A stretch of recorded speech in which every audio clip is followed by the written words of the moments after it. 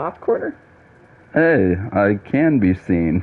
That works. Yeah, I You think can see that's my good. Zelda Triforce shirt here, so that's cool. Hells yeah. Alright, welcome back. I picked If a good anybody's shirt here. for today. You did pick a good shirt today. You got your gamer shirt on. It's like one of my only gamer shirts. This is new. 10% damage to distance foes. What do we have equipped already? We yeah, so because there's we the wanna owl. try and We always get- try to get. I don't think we've gotten divine protection once yet. Not yet, but we're gonna keep fucking. We're gonna keep fucking trying. Well, I mean, you have already beaten Hades once without it. That's so true. You now know that it's possible to do without it. It We just, could just switch to something else. if you I want suppose. to, yeah. During my playthroughs, I'll probably always keep it on, but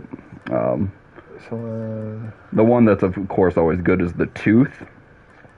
But that can only be used once per escape attempt. Right. So, if you happen to die in Asphodel or Tartarus, Right. then you're not going to be able to benefit from it in Elysium or the area with the satyrs and shit, Earth, whatever. Make sure that this is all running smoothly. I guess it's not quite Earth, it's at the doors of Hades, basically. Right. Okay. Also, if anybody is still hanging out from the previous streams, if you want to just do a refresh, it'll just help with the number count on the... Also, what is... Oh, these secrets... We haven't even kind of gotten to these yes, yet. those are companions. Okay. Companions? Not in the sexy sense, but just like in the... No, they're not. They're actually like little plushy toys that... I don't even know. I guess it's not really spoiling it. That we get plushies? No, I don't think it's a big deal if you tell me that we get plushies. Well, so if you have a good enough relationship with certain characters, they give you this companion that what it looks like, it happens to be a plushie. But if you use that during battle, you basically call that character in for a little bit during battle to help you out. Oh. So, like, if you got, you can get Megra of the Furies to help you if you have her little companion toy. Okay. So that's what's cool about that. Alright, let's fucking do it. Let's do it. Are you going to do any of the... Oh, yeah, you don't have to, because you've just started. Yeah, let's wait. You'll want to... You have one on, actually, already. Which one was it? It's going to be extra, 20% extra enemies. Yeah, fuck it. Let's do it. It's not like we just keep going back and forth anyway, right? Right. Yeah. Yeah, with the last run, that when you left just before we finished the last time, I got up to Hades, and I had him like this close to... Oh shit, really? To beating So him the again. first health bar or the second health bar? The second one. Nice. This fucking close. Damn. So, yeah, it always, that is actually what irks me the most, is when I get that fucking close to beating Hades and then die. It gets him pulled away from me with the last second. Yeah, they pull me back in. Goodbye. Let's do the dash. Yeah. Deflection thing. Well, I had a dream this morning where we were both outside. It was white. It was winter. Okay. I don't know what we would It could have just been a vision of next week. Well, possibly, but it was like we were out in the woods, which I don't know why you and me would ever be out in the woods. Yeah, I'm not in a nature person. But we were by this little creek, and then a polar bear starts coming out. A polar bear comes out of the water.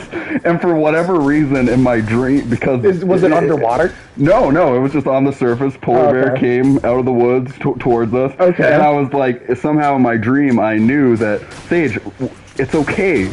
We'll just use our empathy powers to empathize with the polar bear, and then it won't eat us. That was my logic. And then dreams are nonsense. Well, yeah, that's kind of what you were saying in the dream too. Even you were like, I don't know if we have empathy powers, Michael. You were like, I'm even in the dream, I questioned the dream. And it's getting very close. It's like a few yards away at this point, and you're starting to get a little more sketched out, a little more worried. You're like, I'm really... I don't want to get eaten by a fucking polar bear. You're like, I'm really thinking these empathy powers aren't working. And then finally, it's like just a few feet away from us, and it just roars. and then you're just like, okay, fuck it, and then we just both start sprinting. No, that's actually what you're. I know that's one of the worst things, but amazingly, we made it. Okay. I mean, with polar bears, they're not doing too good right now. They're not very healthy, so maybe that's why we were able to outrun it. Well, the only reason they're not doing too good is because the grizzly bears are mating with them and replacing them with a new super bear that's consuming both species. Yes, and since this is the old generation of polar bear, perhaps that's why we were able to outrun it. But also, for some reason, being outside, I was wearing like a bathrobe. Okay, in the winter time. Yeah, in the winter. All right. And then we ran somehow down a path, like a walking path, but then we ended up at a mall, a shopping mall. And you're like, you better get some clothes, man. I'm like, yeah, you're right. And then they let you come shop there? Yeah, I started picking out some clothes. Did you have your wallet in your bathrobe? This is a good question for the dream, but it did not. Well, I mean, I know. I'm questioning the logic a lot, but then I pick out some like pants or whatever, and then I go into the changing room, and the changing room has no door, so everybody's just watching me change. Okay. And that's about when I woke up. So your dream involved a lot like doing some public nudity then? Well, but it was more like voyeurism. Like they were the criminals because they were just watching me naked and shit. So anyway, so that's when I woke up, and that was pretty much the end of the dream. Interesting. I can't wait in like 10 years to come back and like listen to these videos when I've forgotten about them completely. Yeah. But I thought it was germane because you were in it, right. For the polar bear part at least, right? And so, well, I had a weird dream the other night. Oh, yeah. I didn't remember much of it, but I was like at an arcade machine, or like at an arcade. I had a bunch of tickets, right? Yeah. I went up to the counter and I was like, "Hey, can I exchange these for cash?" Which I don't know what arcade allows you to exchange tickets for cash. Because usually you give the cash and then get some bullshit. Yeah, you turn money into tokens, then you put those in the game, and then you get the tickets, and then you get a prize. Maybe there's no way in the world in which they would give you cash. No, but I asked for cash. Sure. They said, "Sure thing. Let me run it through this machine here." And then as the lady started putting the tickets in the machine, she stopped and went, "Oh, I'm sorry, sir. You uploaded Emotep to the internet and ended the world." And that's the only thing that's it. That's the whole everything I remember. That should have been the third Brendan Fraser mummy movie. Was Emotep uploaded to the internet? Yeah, exactly. Didn't they do that with the third Ring movie? Kind of. Not really. It wasn't even like they have a premise that ridiculous. At least utilize the ridiculousness of that premise. Right. Like Ares Aid. The Half-Assed Druid thinks we should get Ares Raid. That one kicks ass. Go for it. Yeah, it's epic. But we also haven't gotten it before, Literally. too, so it knocks it off that list. Yeah. But, and then I saw Venom Let There Be Carnage. Oh, you actually saw it? Yeah, because I was at my dad's over the weekend with Olive, and we have to see a hate movie. I like that movie theater, so I was just like, we have to see anything. Oh, hey, Ulysses. I'd watch The Mummy. Tron do a crossover? What? Oh, right. Emotep gets uploaded to Tron. Emotep's like, what the fuck is this? Yeah, I feel like he would just be confused more than anything. That would actually be, I mean, again, I know we always come up with these jokey premises and ideas for movies or stories, but that would be better than what they do with the sequels in the first place, you know? Yeah. Well, certainly better than that third Mummy movie. Yeah. I mean, Jesus goddamn Christ, that was bad. Yeah. So, but anyway, so I just told Olive, like, I just kind of want to see how bad this movie is. Sure. I mean, I want to see how bad it is. Yeah. I just don't think I'm willing to pay for it. I mean, I didn't care. So we just, however, I should have cared a little because it was even worse than you expected. Well, I don't really know because I slept through a good 50% of the movie. You just fell asleep in the theater. It was boring. I couldn't believe how fucking boring that movie was. Tron Hotep. Tron Hotep. God damn it. I love it. I love it. That's a great. That's awesome. But yeah, like, the first movie is bad. I mean, like, it's no secret that you and I are not fans of the Sony Venom franchise. No, it's a piece of shit, and it's garbage, and no. But as bad as I thought the first Venom movie was, like, at least there was some bad entertainment quality to me. Like, at least, like there was something that was... Yeah, like, either the scene they're ripping off from Upgrade, or the fact when he's jumping off the motorcycle and he has to symbiote reattached to the motorcycle. I'm like, this is such bad CGI, and like, but it's keeping my eyes kind of glued. And Right, this Let There Be Carnage was so fucking boring. I couldn't believe it. Wow, that's. I mean, I knew it'd be bad, but like to truly be that boring. Venom bad? No way. Everyone watched it. Everyone watched it. It broke massive box office records in China. I feel like that's saying everybody. The first one did. Yeah, I feel like that's like saying everybody watched it, but nobody liked it. Right. Yeah, that's the thing, though. Is or they weren't like sure what movies. they thought of. I think. The second one has done pretty well. I know it did well, but it's just my personal opinion that people don't know what these Venom movies are, and they're not anything. I mean, they're not true to the character. They're version of the comic. So not like, true what to the the fuck character. are these movies? I mean, I know is that blood-like stain of pomegranate. Ooh, I like that. That's a great line. Call back to the myth. But also, I know for a fact that there's a scene in this movie where Venom goes to a rave, gets covered in glow sticks, and says, "I'm coming out of Eddie's closet" in his Venom monster voice. Yeah, like that was... Because he's jealous of the girl that Eddie, like, is into. His ex-wife or whatever. Yeah, and he's like, I don't need no man, I'm coming out of Eddie's closet. And that's the Venom monster saying that. Yes. Why? Why is that a thing in the... Well, no, it doesn't make any sense. Well, clearly, the Venom monster is... The Venom movies are very progressive.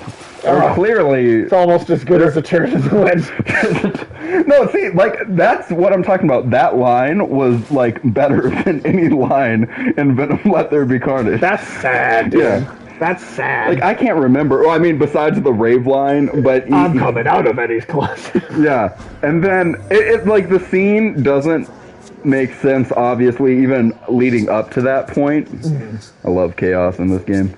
Hell yeah. Such a great design. I merely offer you a choice.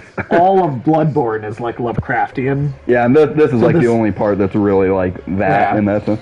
But, yeah, because Venom shows up at this rave function, and then, I guess everybody's kind of dressed up, but it's a rave, but they're treating it like it's a Halloween party, too, the people at this rave. Okay. So the idea is that they think Venom is just wearing a costume. What fucking idiot would look at Venom and think it's just a costume? No, that doesn't make any sense. I mean, if it was real, you'd be like, I didn't know this bad a CGI could exist in real life. Right. Well, the other thing is the CGI isn't even better, because the CGI was bad. I felt like Carnage looked worse than Venom, like as a CGI creature. I don't know, dude. He'd fit in at a furry-con. I mean, that might be true, but yeah. But it's like he's this hulking monster. He just comes up to the rapper DJ lady with the microphone, just basically steals it from her. It's like the plane in the live-action Scooby-Doo. At least that has the you know what though? No name. I like that Scooby-Doo movie better than both these fucking Venom movies. Well, I was gonna say at least that CGI is from 2001. Yeah. Right? Like so CGI was like just old. being invented, basically. Right, so, but this is 2021. Yeah. There should be no excuse for movies having shitty CGI anymore. Yes. Like, I will agree that Venom looks better than Scooby-Doo. I honestly think Venom looked better in Spider-Man 3. Yeah, I watched it again recently, and the CGI is better in Spider-Man 3 than it is in... Literally, in 2007, that CG for Venom was better than the CG in the fucking 2021. And that's embarrassing. And Carnage looks even worse. And Carnage is like 10 feet tall for some reason. Yeah, why are they 10 feet tall? Venom being big makes sense. Like, Venom I get seen being big, and Carnage I'd see being about... Oh, I mean, people believing Scooby is a grandma or a... the costume part. Right, yeah. No, I do remember that. Yeah, but this is Venom not... well, yeah, right, it is, I see what you mean. No, man. Yeah, right. Except he's a parasitic host that literally needs a human being, so he needs a man. Yeah, but in a literal sense. So like, even in the context of that scene, though, like this guy, even if you were to believe that this is some guy in a costume, he gets up there, snatches the mic from the lady that was rapping. You at least expect that Venom or this guy to like come up and say, "Hey, knock it off, dude. That's not cool." You at least expect that he's gonna start rapping, right? If you're at the rave, you at least expect like, oh, he's taking over the mic. He's he's a performer, I guess. He's this alien monster performer, but he's got to perform at least, right? And then, I mean, I guess I would have thought that. And then it's basically just like an open mic at like a stand-up comedy where like Venom's just like, yeah, so me and Eddie, we broke up. And independent symbiote is an oxymoron. Yes, it is, Ulysses. It is. It literally doesn't make sense.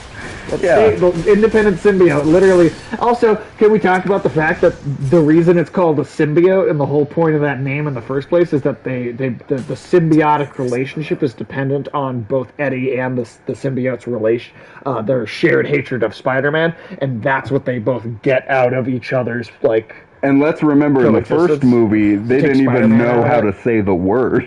So, see, that's the thing is they said symbiote in the trailers. Yeah, didn't the one girl at least one time still pronounce it symbiote? I thought she did. Maybe she did, but I thought they changed it in the final film because people called about so hard on the internet about it. I thought they did change it. See, that's just like not a good foot to start off with for me on a movie. It's like you have a character, right? and like it's like if you made a Spider-Man movie and you're like, I like the Spider-Man. The Spider-Man's everybody loves Spider-Man. yeah. And yeah, but like what Venom says isn't even performative or good, and then he's just like, mic drop, and then he literally says I'm coming out of Eddie's closet, and then he drops a mic. He literally says the words too, mic drop, and then drops the mic. Well, that defeats the purpose. Why would you don't, it's like doing a stage freeze. You don't just say stage freeze, you just do it. Right, well, right.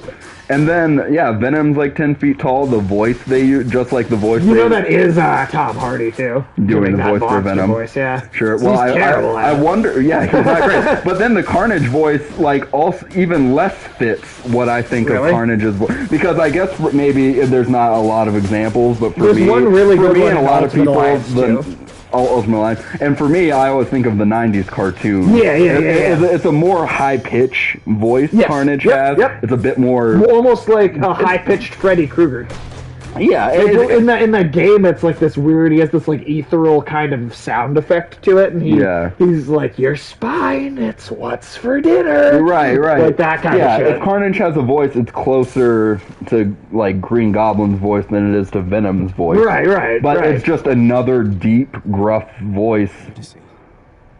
And I'm just like, isn't that a boring fucking choice to go with? Yeah, that's a really boring choice to go with. It's just even deeper than Venom's voice. That's all it is. That's terrible. And in no way, hate it. like with the Venom voice, I can at least tell kind of that's Tom Hardy kind of doing the voice.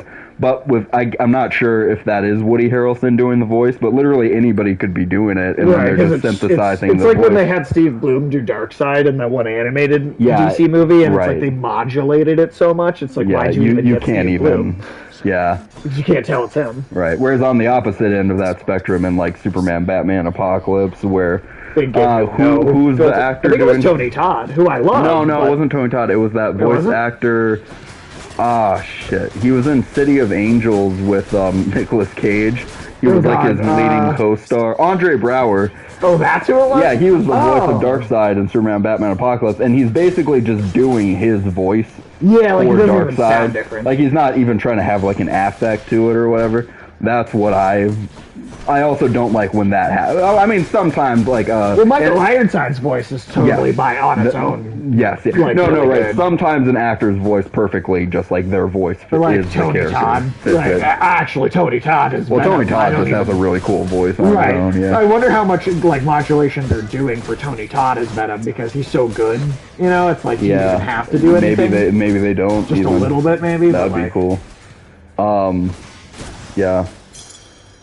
So, and then fucking, it's just such a dumb, like, I've read reviews or watched reviews that say kind of the same thing, that, like, there's not really, like, a story in the movie.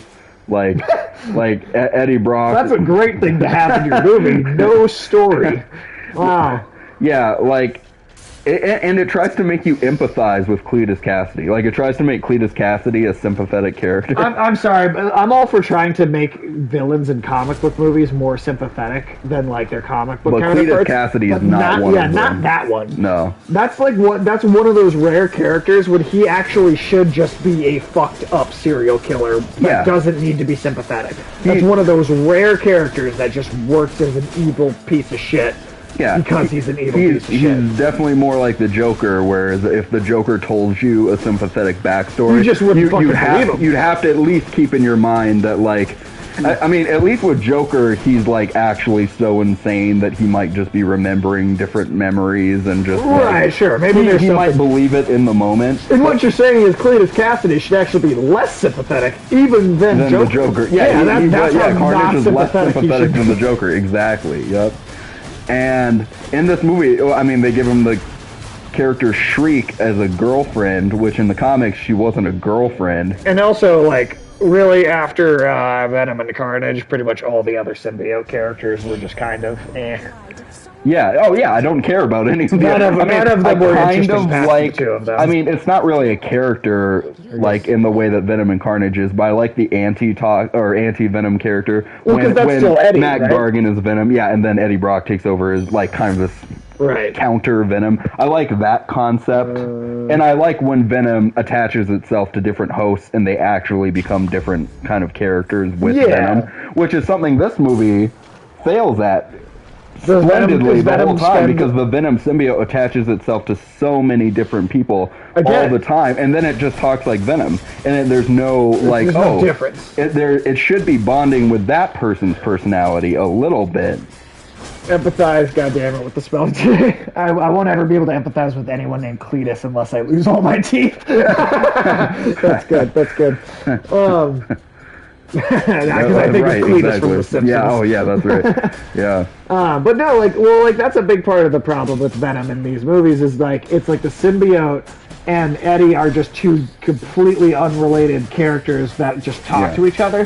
Whereas your Venom is like the person and the symbiote bond into one weird personality, and then that personality is unique, and then if the symbiote bonds to someone else, that is a unique personality unto that specific bond. Right. So the fact that they're just treating the Venom symbiote as an unchanging personality regardless of who it's attached to, that makes that is already going so far off of what that character is supposed to be.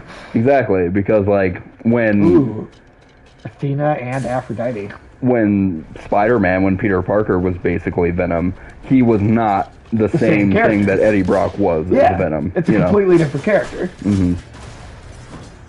Ooh, who should we get first? And the Carnage thing, they don't do I as Carnage.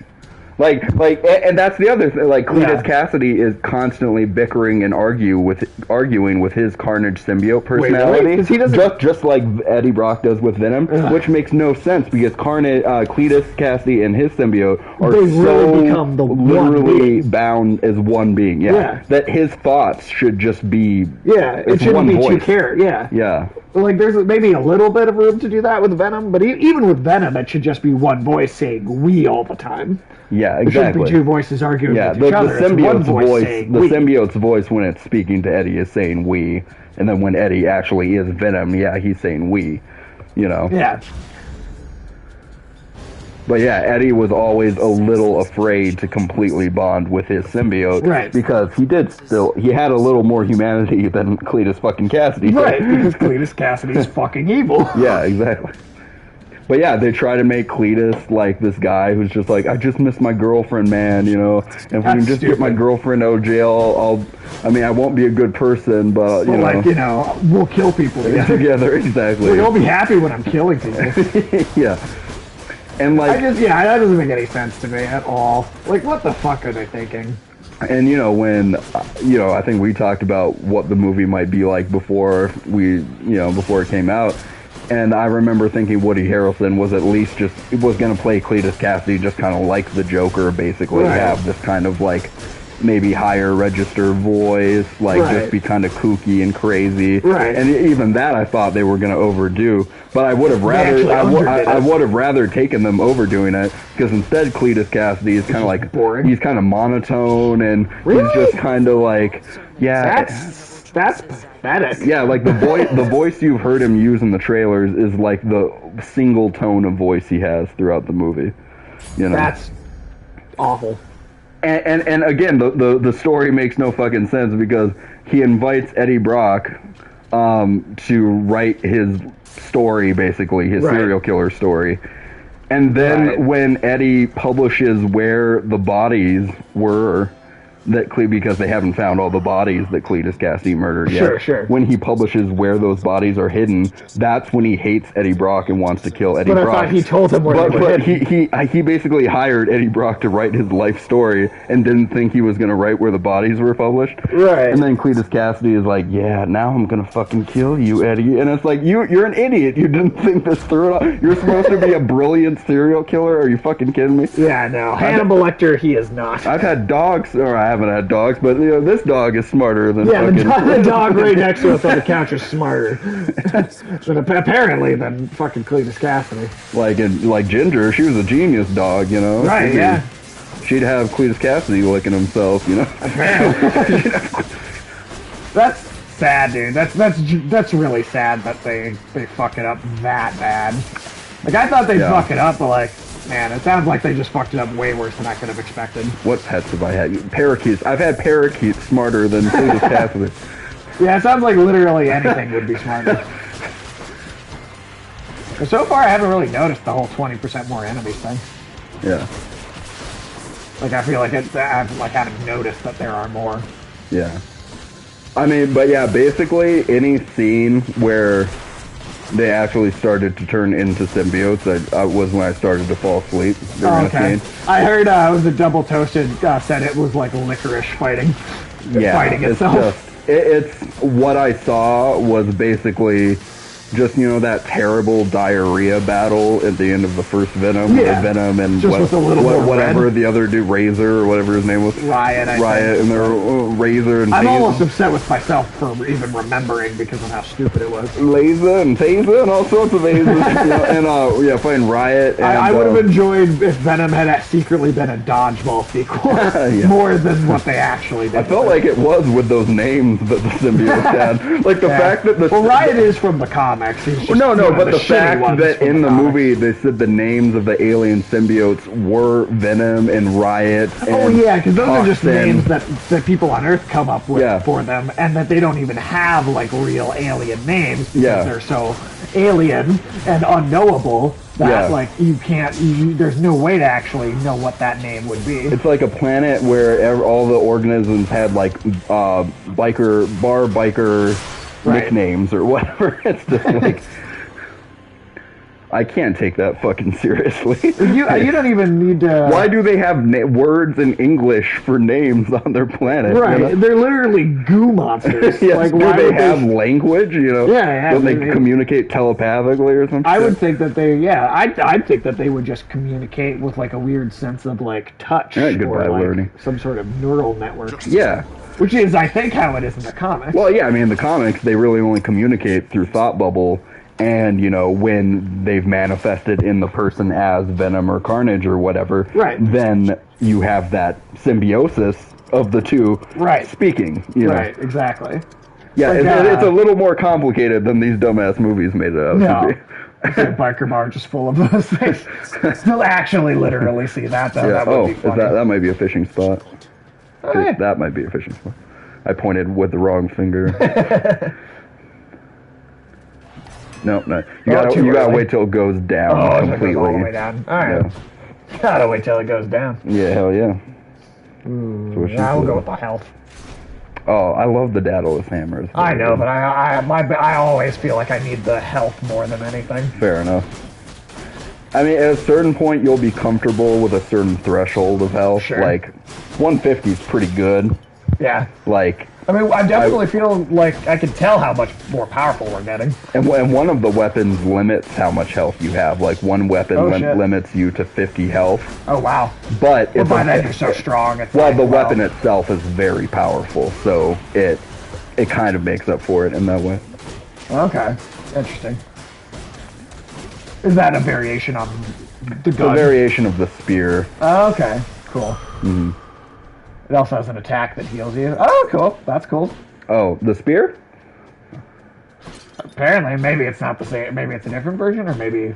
Yeah, I mean, Tim probably knows what he's talking about because he's got the damn. Oh, okay. He's got the craziest damn memory. Oh, of course. Things. Yeah, I remembered one of the attacks, the little spinny disc.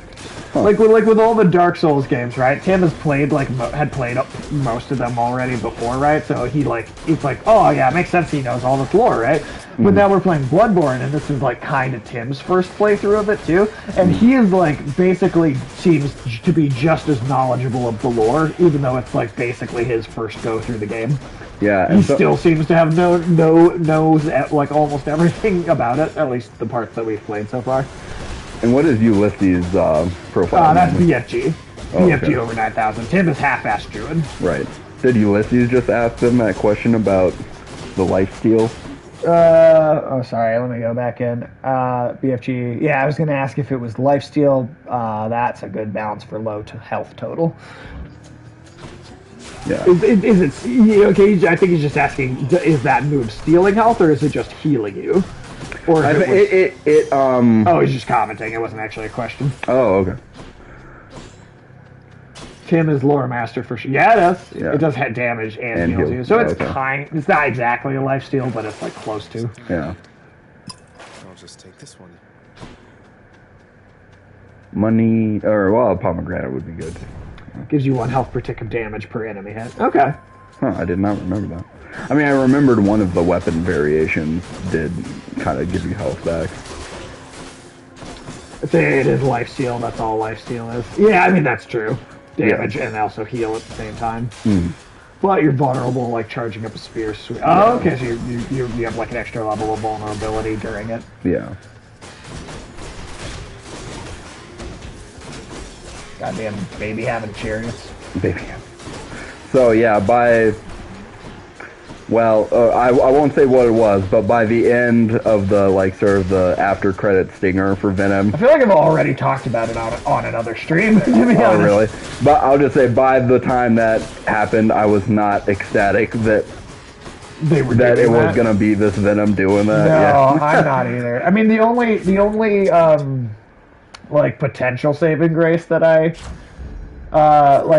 could think of for it is that when that does happen, it won't be these writers actually writing that movie, and that's the one thing that made me go, well, maybe they'll just ignore this basically and write it as though they were introducing the character completely fresh. I mean, literally the only thing I like that I've heard and it would literally only be an aesthetic difference, would be that at some point during the movie he gets the white spider. Yeah, symbiote comes on to Peter Parker for a second and then goes back to Eddie Brock, and then it'd be a lazy fuck. It's almost lazy, but it's lazy. It's like well, at least the character looks like more like he's supposed to. Yeah.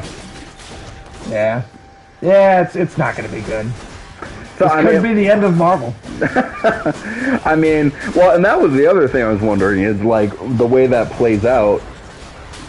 Is that for sure gonna be in that next movie? I actually don't think it's setting that movie up. I think it's setting up a separate just Spider-Man and Venom crossover. Oh. Rather than the big movie that's crossing over everybody.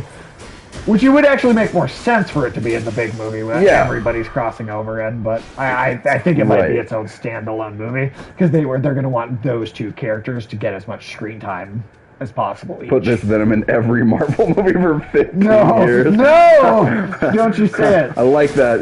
Good joke. Part of me likes the danger of it. The danger? Yeah, people are going to be upset because something got ruined, and part of me enjoys watching people get upset because things got ruined. Just a little bit. Just a little bit. Yeah, I didn't want to see it ruined that much. No, I know. But if it's going to happen anyway, and I have no control over it, I might as well take glee in other people's sorrow. I mean, that's true. I think at a certain point, the Marvel movies, I don't know how they could go forever. They can't go forever and be good. It's not possible. I mean, I guess they could go forever. I should. The physics don't support it. Game of Thrones should have gone on longer, and because it ended too soon is part of the problem. Yeah.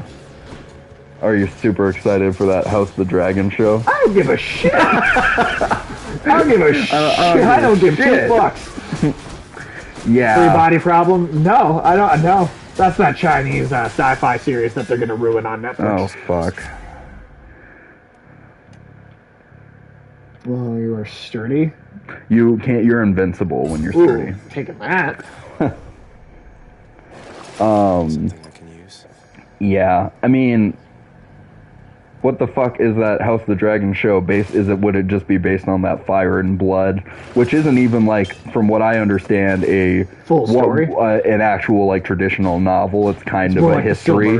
Kind of a history book of his. Yeah. That gives me no confidence, because look how fucking that worked out when they took J.K. Rowling's barely a book, the Fantastic Beasts one, and then turned it into this epic trilogy of stories. That's gonna be 5 movies, actually. What? Yeah, no, that's 5. The Fantastic Beasts shit? Yeah, that's 5 movies. The fuck? Okay, I can't wait, honestly, then to see the 5th movie in that franchise. I'll watch this 3rd one, and then I'm just not gonna watch the 4th one at all, and then I'm just gonna jump back into the 5th one and see, because that's some bullshit, dude. Paul Valyrian only references like a lore point. Yeah, I think so.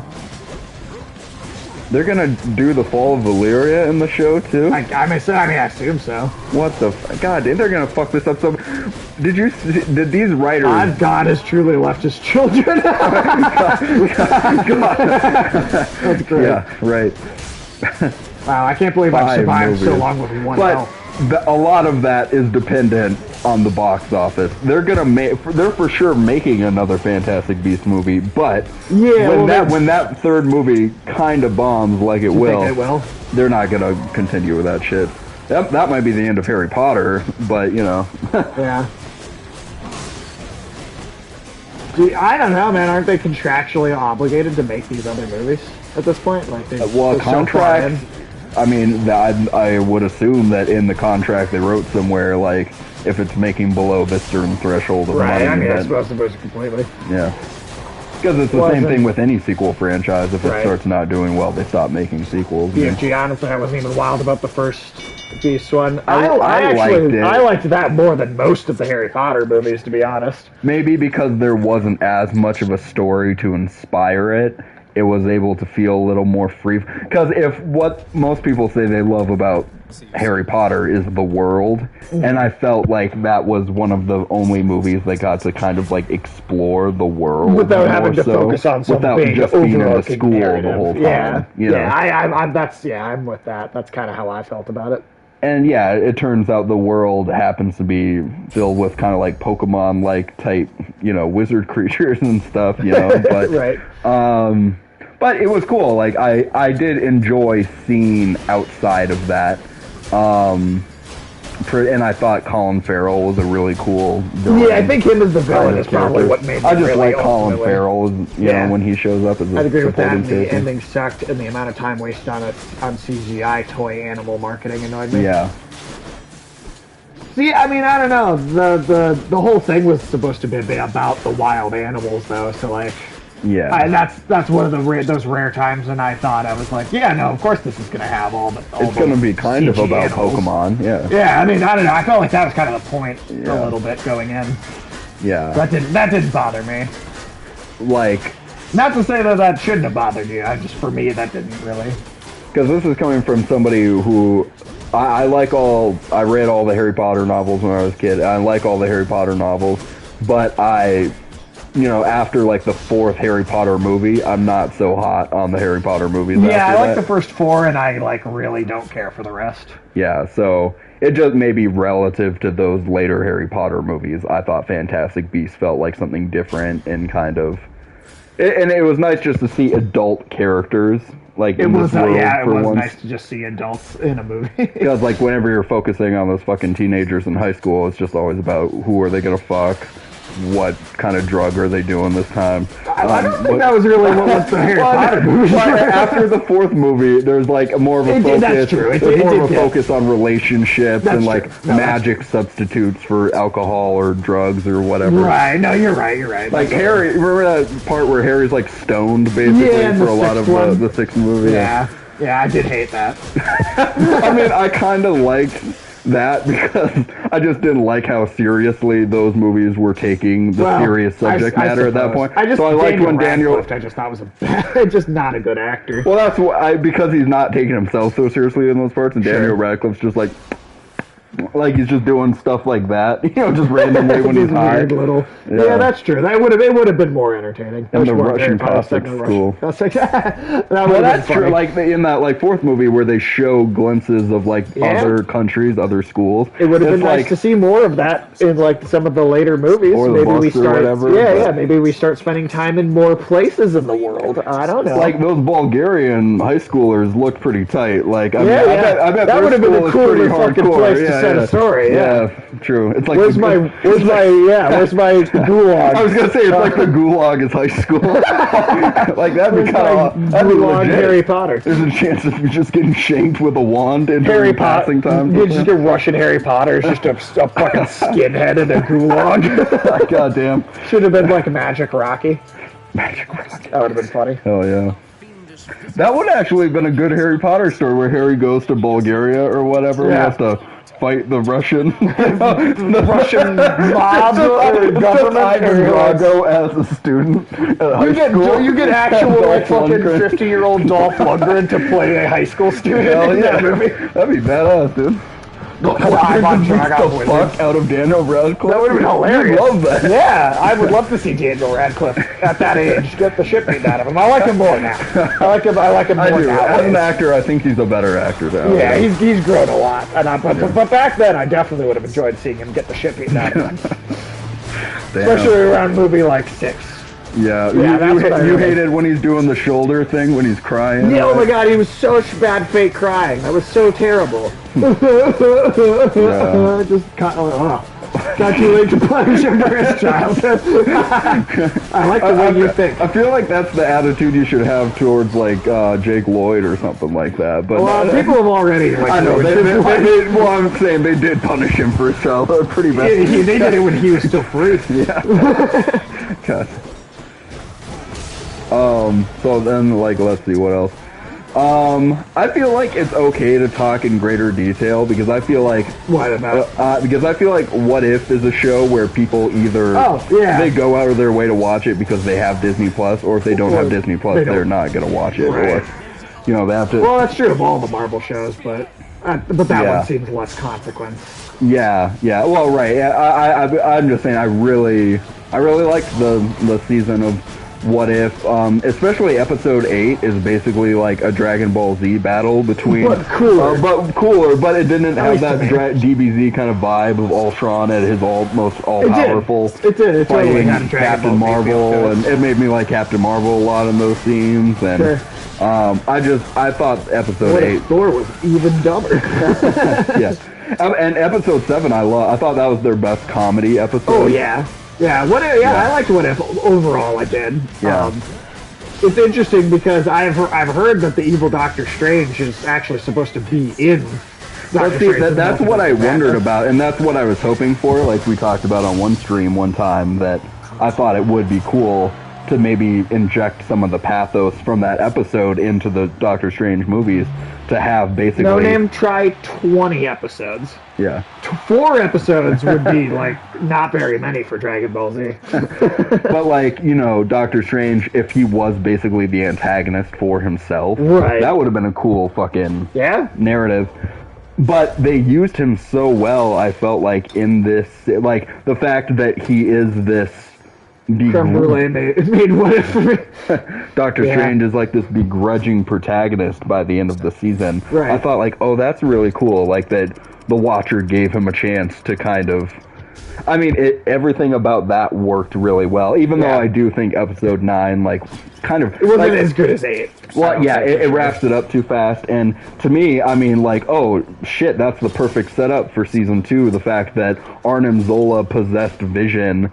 And Killmonger has all the Infinity Stones. Yeah, or Killmonger with the Infinity Stones versus how powerful Arnim Zola possessed Vision is. Right. And to have those two, basically this gangster war going on between these two cosmic forces. I mean, I'm sure that won't be left completely, like... I'm sure it'll come up again, but wouldn't that have been a cool, like, background narrative cool. that's constantly going on? And then, like, Uatu was like, well, I've still got to do my job. So, like, there's still this hanging suspense of Uatu watching other universes all the while thinking, like, we really got to do something about this fucking Killmonger versus Arnzola. Yeah? No, it did get, like, I agree, though. It did get very Dragon Ball Z, but, like, in a way that I actually did enjoy. I enjoyed the fuck out. I mean, the things... Because I enjoy some Dragon Ball Z. I do, too. It just oftentimes takes too long. And it's like, if you were somebody who didn't appreciate Dragon Ball Z at all, but you liked Marvel, and then I'd say, watch that episode, and I think you'll get what people like about Dragon Ball Z. That's I would recommend it. Well, you're already at this chamber. That's pretty awesome. Yeah, this is starting to go fast. Yeah. These runs are starting to go quicker and quicker. Oh, yeah. Dragon Ball Z is good in concept, but not always in... Yeah, like, I think there's a lot of cool ideas about Dragon Ball Z. I mean, you know, even just as a basic thing, I mean, Dragon Ball Z, or the original Dragon Ball, is literally just a loose adaptation of Journey to the West, right? Mm-hmm. Like, it's a loose adaptation of that, and that's great fucking classic mythology. So, like, there's a great... like, ideas there. There really are. For me, it's like, you know, it takes 20 episodes for something to happen. And then I think the dialogue's not great a lot of the time. Yeah. Or, like, people talk about, like, American comic books having a problem where they bring characters back to life constantly. But at least the American version cut out the creepy, like, pedophile guy. Yeah. He's still in it, though. I don't know if he's as creepy. They just cut out a lot of the pervier moments. Most probably. Yeah. But I could say that about What If, too, that there are, like, some dialogue moments. There are. Especially earlier on. And, yeah, when they are trying to be too comedic. In that 9th episode, you know. Yeah, it's like the multiverse could be destroyed, and then they just, like, kind of keep joking. Yeah, right. But at the same time, I felt that was 1,000% the right way to do that as compared to how the CW/DC universe did their multiverse Crisis on Infinite Earth. Yeah, no, I mean... Because they basically did kind of the same thing, collected these parallel universe characters and made Guardians of the Multiverse team to fight the Anti-Monitor, but it was just the worst. It was absolute fucking garbage is what it was. Yeah. Like, I love that Michael Rosenbaum, like, spilled the secret that, like, when they asked me if I wanted to come back as Lex Luthor, they didn't even have a script. Yeah, they were just calling people to see who they could get to show up. And then they write it after. They wrote a script, like, on the day, basically. Yeah. Like, can you guys just get in front of the camera and then, like, make something up? Yeah, it's like a Terrence Malick project at that point. I mean, shit, I'd rather sit through that. I know, I would too. Well, and I don't want to sit through that. But I think some Terrence Malick is pretty ponderous. Like I would. Yeah, but that Crisis on Infinite Earth. Sitting with you guys watching Infinite Earths, I would rather do than watch like Night of Cups. Did it work for Ghostbusters? What worked for Ghostbusters? Yeah, I don't. Wait, which thing are you referencing specifically when you say that?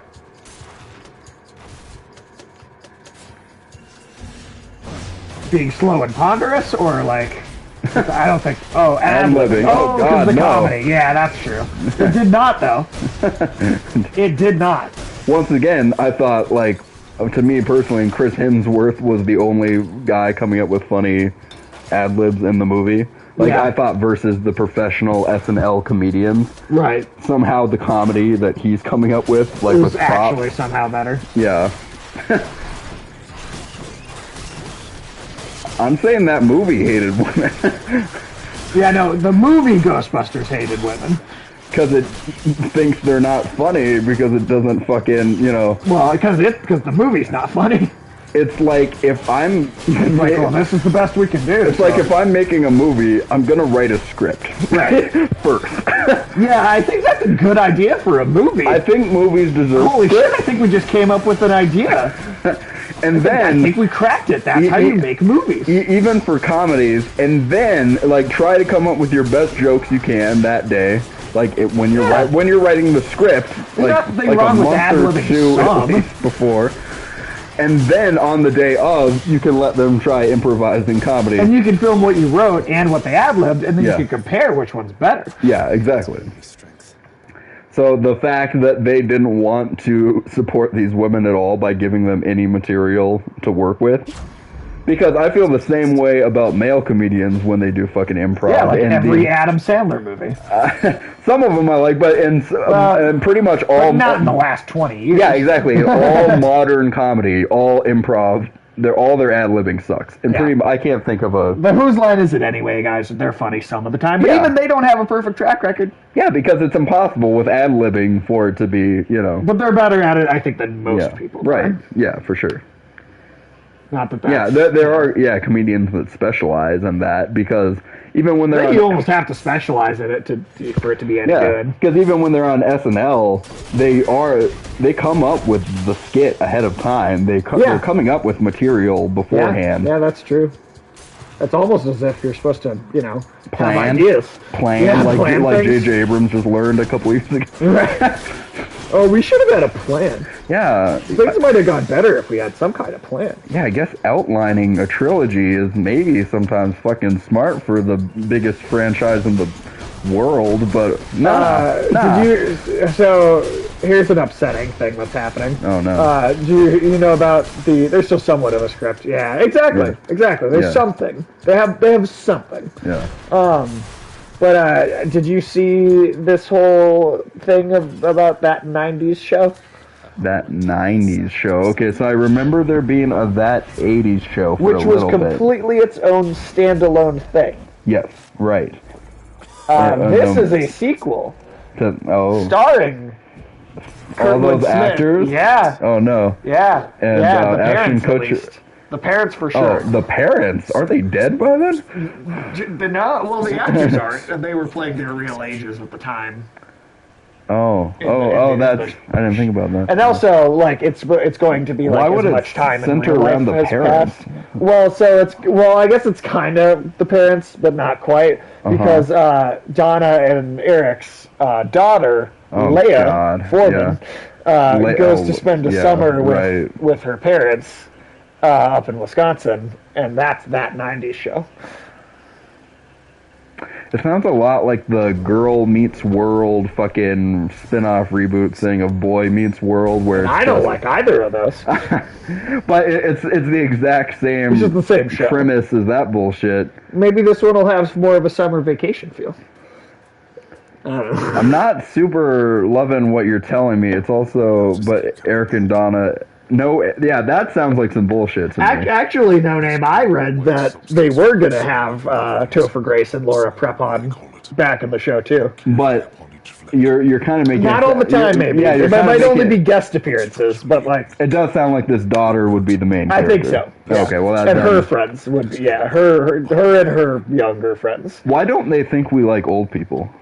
Why do they think that? We like old... No, I'm just kidding. Because, But no, that's because I would obviously much rather see what Eric and Donna are up to in 20 years.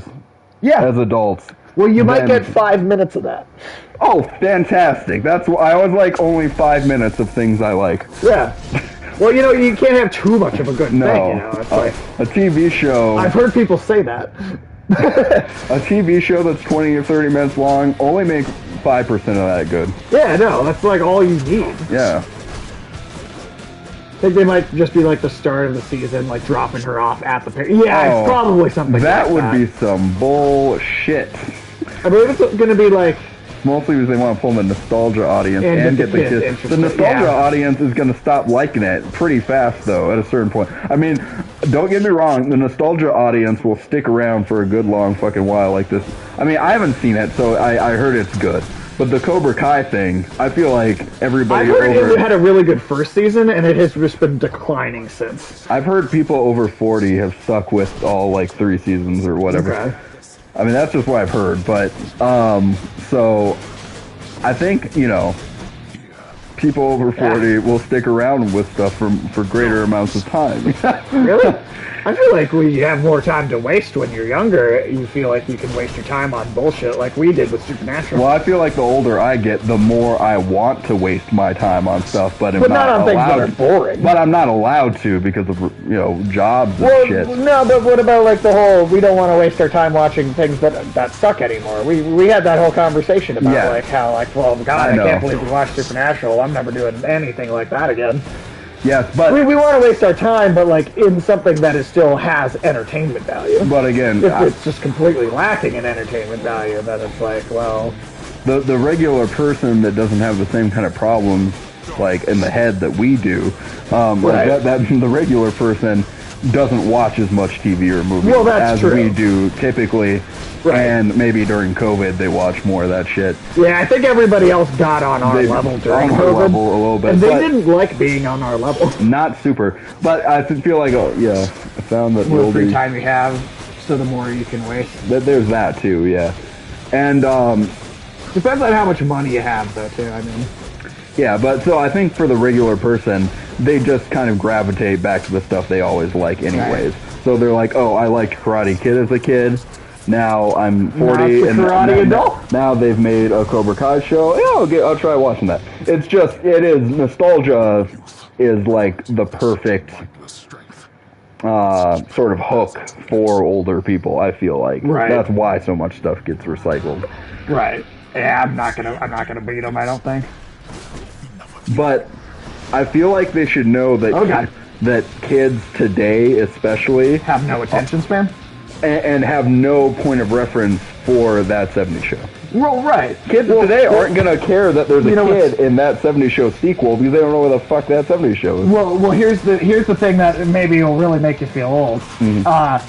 Right now, it's about Oh, damn. Oh, shit. right now, we are about as far away from the 90s as we were from the 70s when that 70s show came out. I know, it's weird, but... So, all right, we're going to do our little switcheroo then. Switcheroo.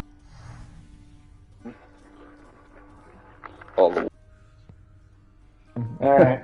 All right. It is your turn. Man, let's see what fucking Hypnos has to say. I could have sworn I saw you walk right out of the But yeah, I don't know, man. I don't know. Let me. Anybody else got some stupid bullshit news stories for us to talk about? If it means having to find a Unless you have tiny babies to take care of, or so. Yeah, that's true. Well, kids eat time. Yeah, kids eat time. They're like Chronos. That's it. Yeah. Yeah, that's true. See, I'm gonna look at the news and see if there's anything like really awful that we can talk about. Let's see. You were a legend. Oh, the new Willy Wonka looks like Gonzo. I remember we talked about that. Why a are little they bit. making another one? Another Why? Willy Wonka? They what? It's just been too long. The super since serious it's made money. Oscar-winning drama Willy Wonka. Is that what they're trying to do with it this time? I mean, that picture you showed me looked like... it looked like a Christmas Carol. Yeah, it looked like the cinematography of Les Miserables that they made in like 2012, like It the did. snow coming down, everything. You guys heard about the mass shooting the other night? Are you talking about the one that was in St. Paul, like in here in Minnesota in St. Paul? And I am truly happy for you, friend. Because I did. Alas, I did. I don't think that's really going to be funny to talk about. Yeah, I asked for something funny. It wasn't really,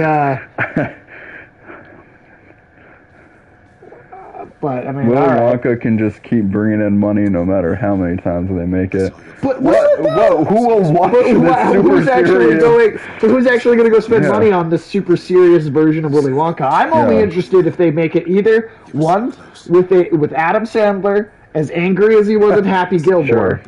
right? Yeah. That level of anger coming from Willy Wonka towards these kids, like he might just fucking choke them out at any moment. That I either want to see that Willy Wonka, or I want to see it as the horror movie where they're actually is meant making to the be. candy out of Yeah, the children. no matter Those what. are the only two options for that I want to see a Willy Wonka. No matter what, it should be a creepy or at least kind of... Well, fair enough. Yeah, the corporation always believes they can squeeze money out of things. Or a goofy, weird-looking actor to play Willy Wonka. It should never be the super, like, it shouldn't be Johnny Depp and Timothy Chalamet cast as fucking Johnny Depp. Well, at least Timothy Chalamet doesn't look as much like a pedophile as Johnny Depp did. Yeah, but he just looks like some I agree. super handsome dude from the Victorian age. It's like... I agree, this but dude Johnny is Depp supposed looked to like be... a straight-up pedophile. Yes, like, I agree that they made him look weirder in that movie in a way that I didn't super appreciate.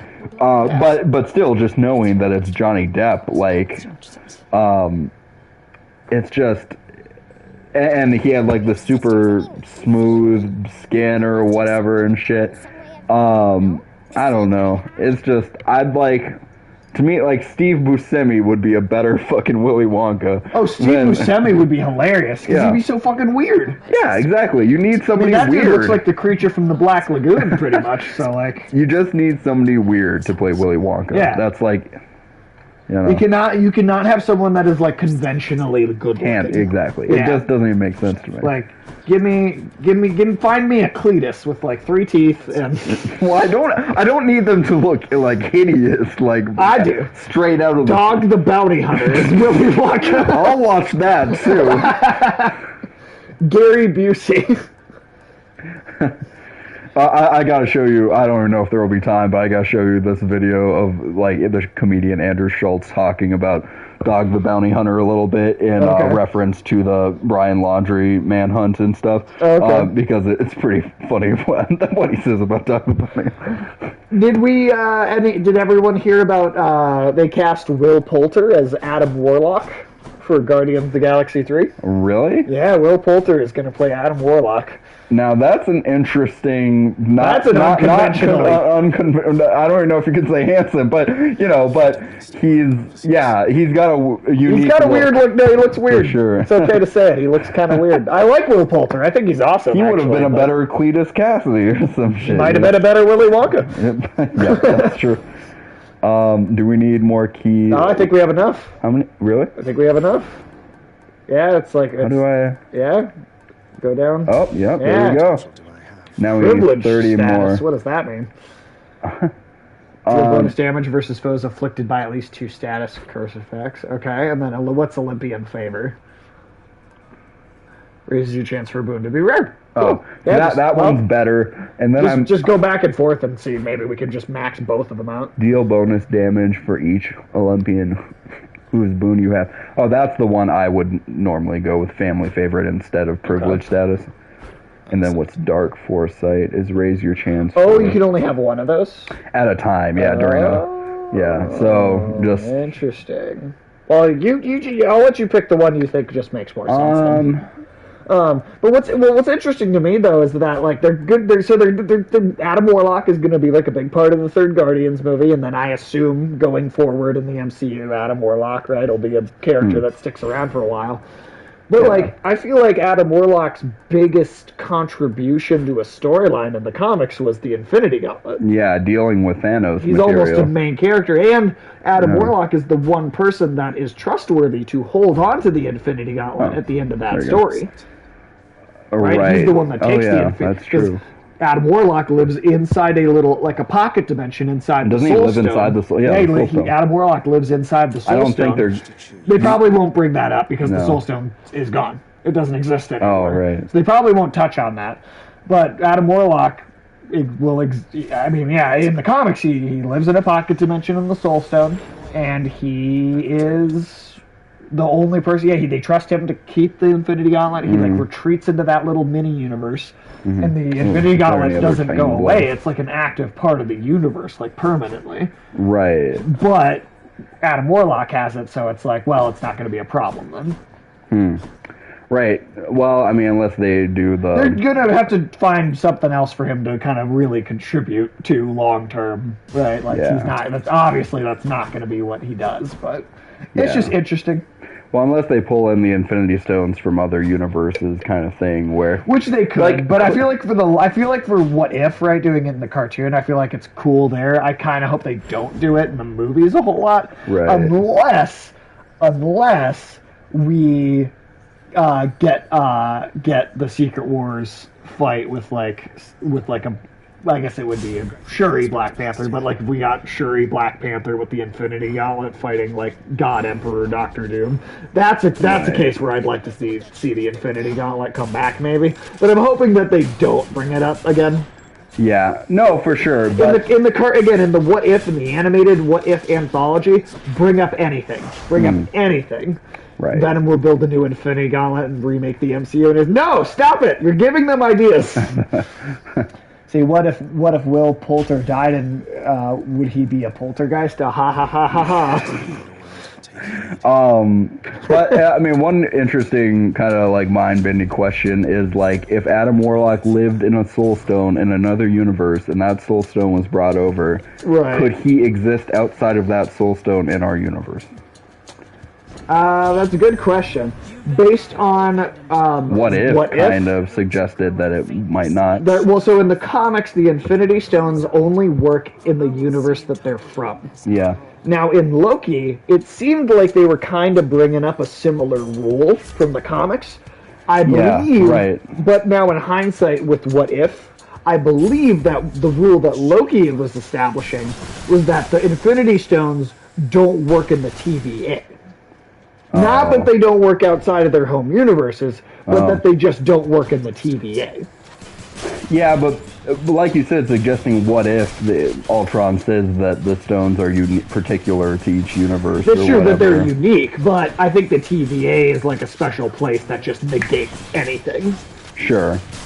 Yeah, but Never noticed how tiny and cutesy Athena's owl looks in this game. It looks like she's holding a dog toy. I'm sure Cerberus would love to gnaw on that thing.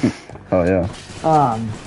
But yeah, I don't know. It'll be interesting. It'll be interesting to see, because I'm sure that mythology will get more nailed down as we go forward. Sure. I'd have to imagine that continuity in What If would not be as consequential as I think it does matter, though. I really do, especially if we're going to see a bunch. Especially because there's a lot of implication that we're going to see a bunch of.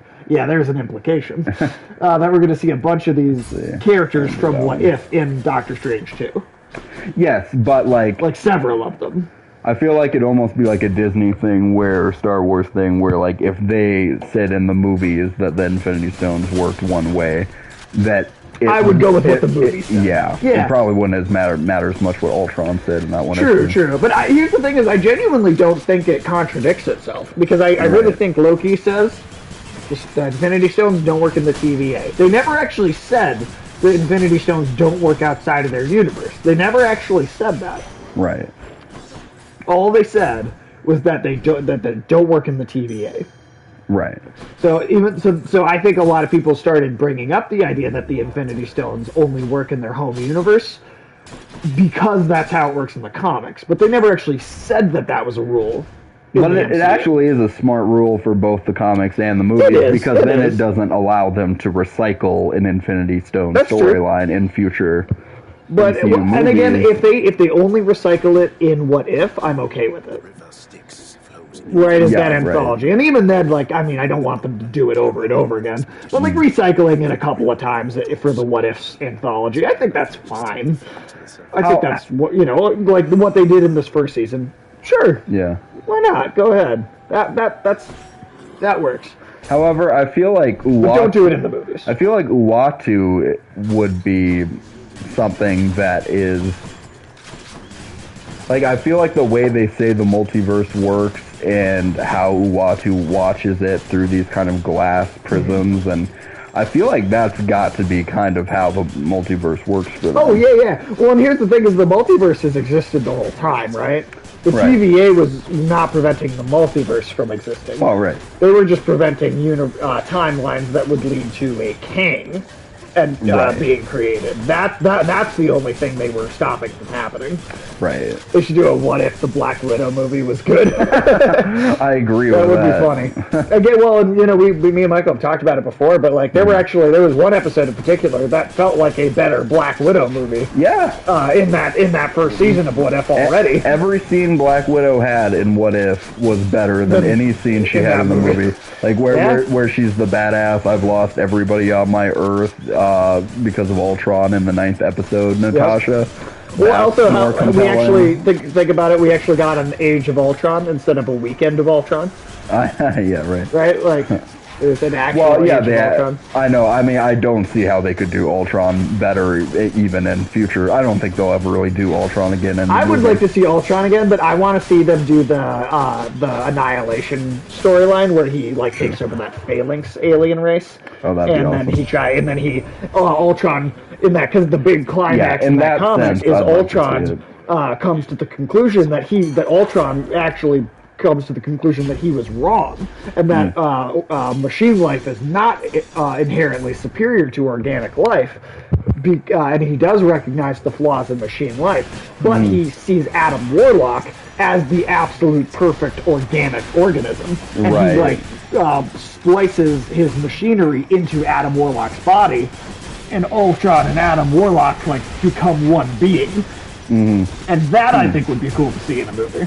If you were going to bring Ultron back one time, that's the storyline I would want to see. For sure. That I'd agree with, but I don't even know if they'll ever do Annihilation, you know. Oh man, I hope so.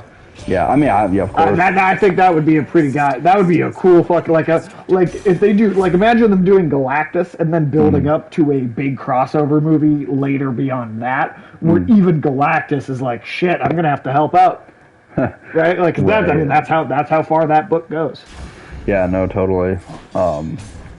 Yeah, but otherwise, I think they did Ultron the best they could. That's why I do think What If, everything in it should be super relevant to the movie. I think it will be like, I feel like somewhat relevant. Maybe not like you have to watch it to know what's going on, but like again, well, Evil Doctor yeah. Strange. And I just mean that everything that happened in it happened in the right, it really MCU happened for sure. Yeah. Well, like the threat that could end the multiverse in What If, that the main MCU universe that we've been watching the whole time is part of that multiverse that was going to get destroyed. Right. So like it inherently, the movie universe that we've been watching up to this point was inherently something that was part of the stakes of the What If of the animated show. Of course. Even if we didn't really see any storylines taking place in our main specific universe, like that it was still at stake.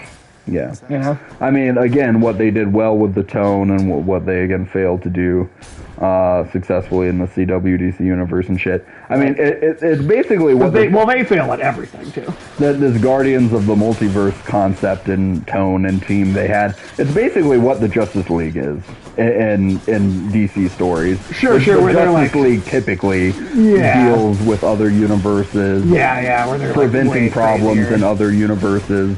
Helping or fighting their alternate selves. Right. Like, it's just unfortunate that DC dreamed kind of so small, When it comes to actually, their with movies, what yeah. the Justice League movie was, because it should have been, they could have tackled the multiverse first, and it would have been perfect for DC to do. Well, and the multiverse has like always been a thing in Marvel Comics, but DC has always had a bigger focus on it. That's always been part of its bread and butter. DC's Like bread Marvel's and butter, comics, I feel like they dip their toe into the multiverse with like certain characters, Yeah. but like DC just like will have it like if the DC books will revolve around the multiverse. I mean, Yeah. Crisis on Infinite Earths was in the 80s.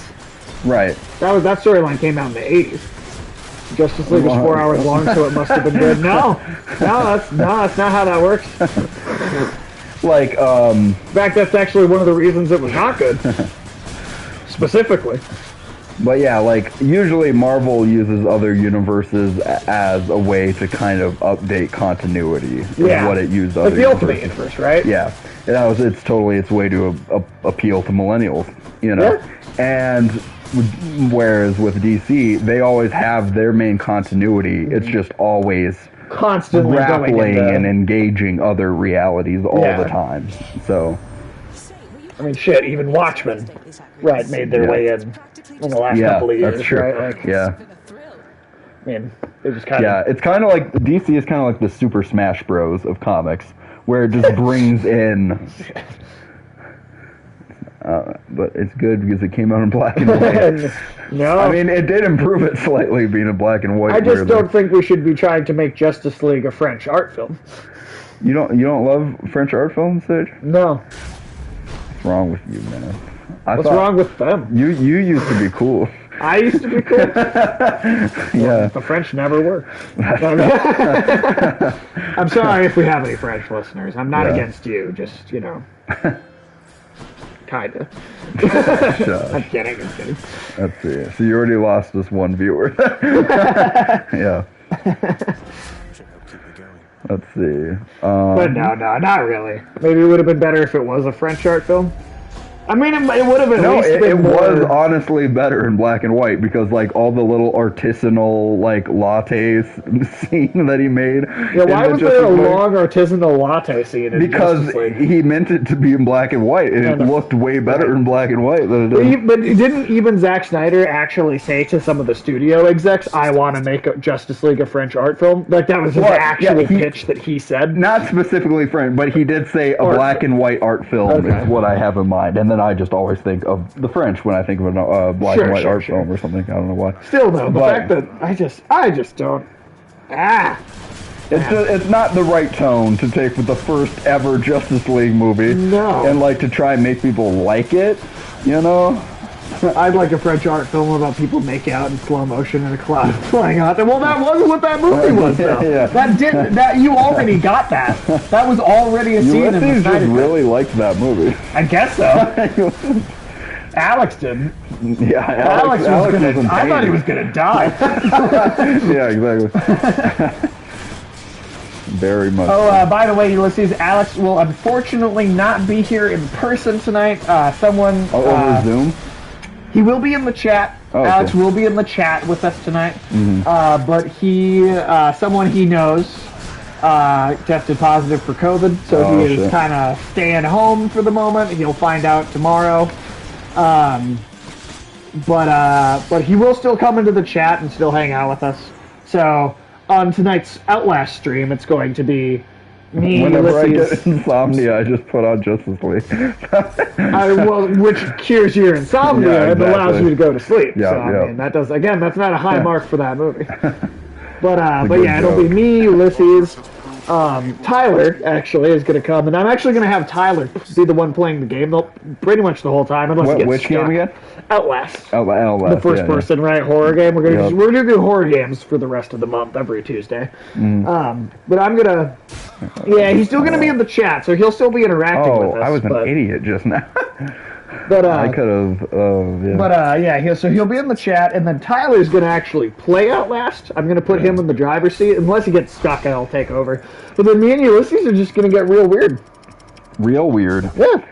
Well, like normally, Alex and Ulysses get into crazy conversations, and I help make them crazy. He brings and up weird. cannibalism. Yeah, that happens all the time. But it's like stream of consciousness nonsense. I missed the fishing spot. No Name, hey, have a good one, No Name. We will see you for Outlast, 6:30 p.m. to 9:30 p.m. Central Standard Time for anybody that is in a different time zone.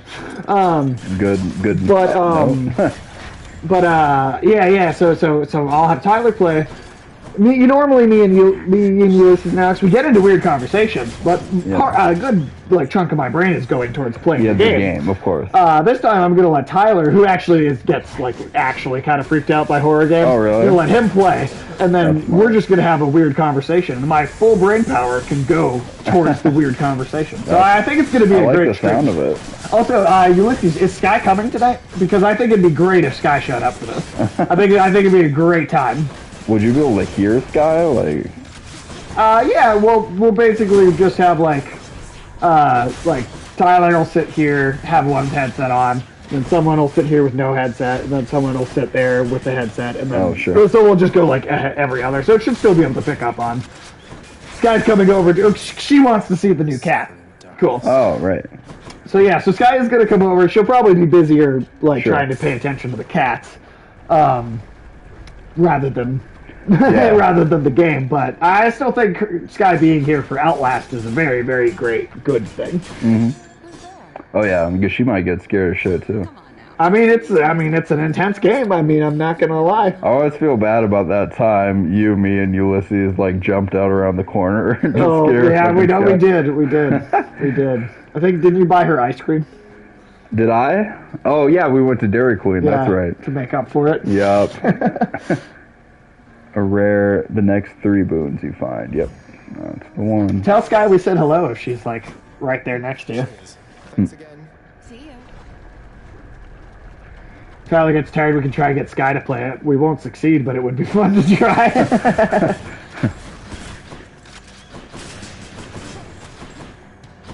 Let's see.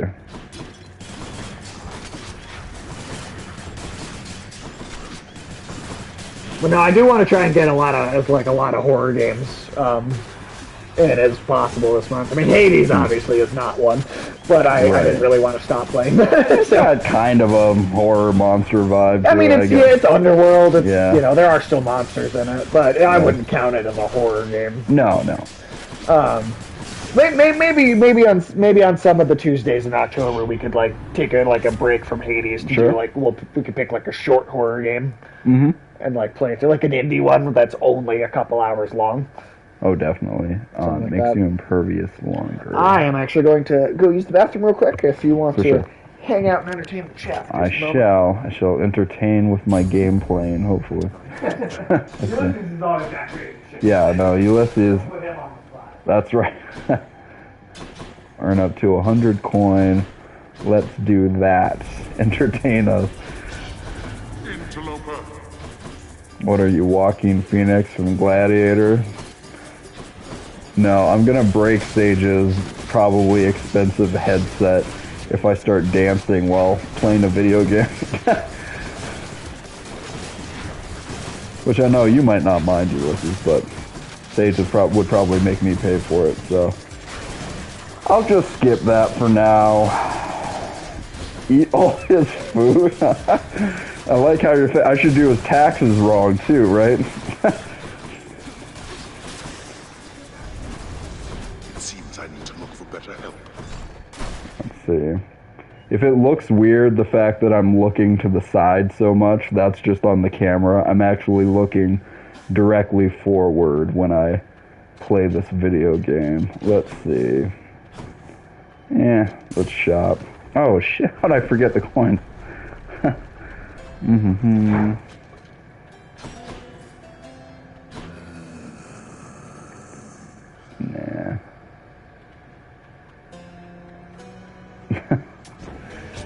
I don't know, man.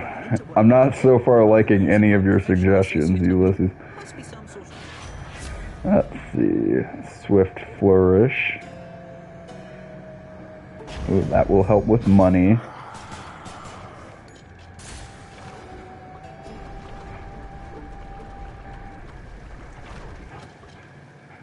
Somebody lose a spine out there. Let's see. Alright, I'm hoping I don't die in this chamber because I still need to get to the Hydra.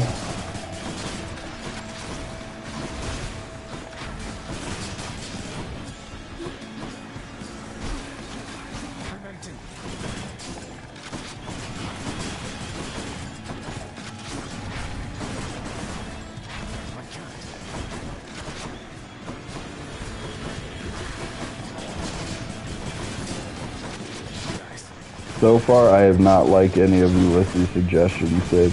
No?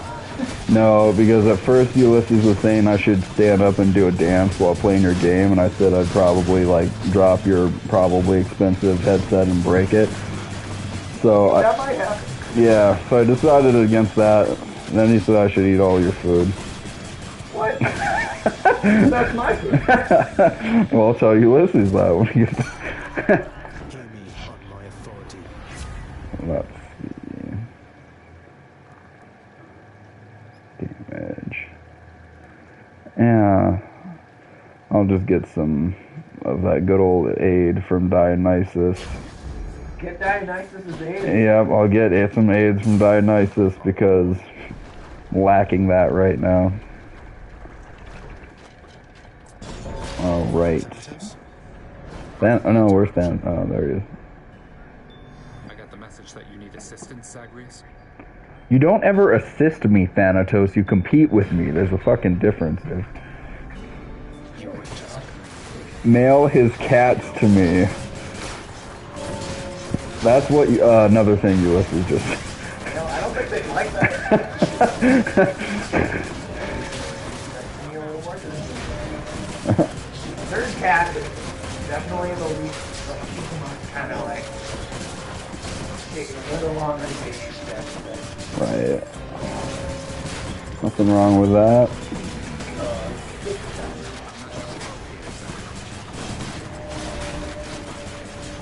But you'll have to read the rest of Ulysses' message because I didn't. He wrote a long message about your cats. Probably not much of it good. Of things to do with your cat. Oh man, I died once.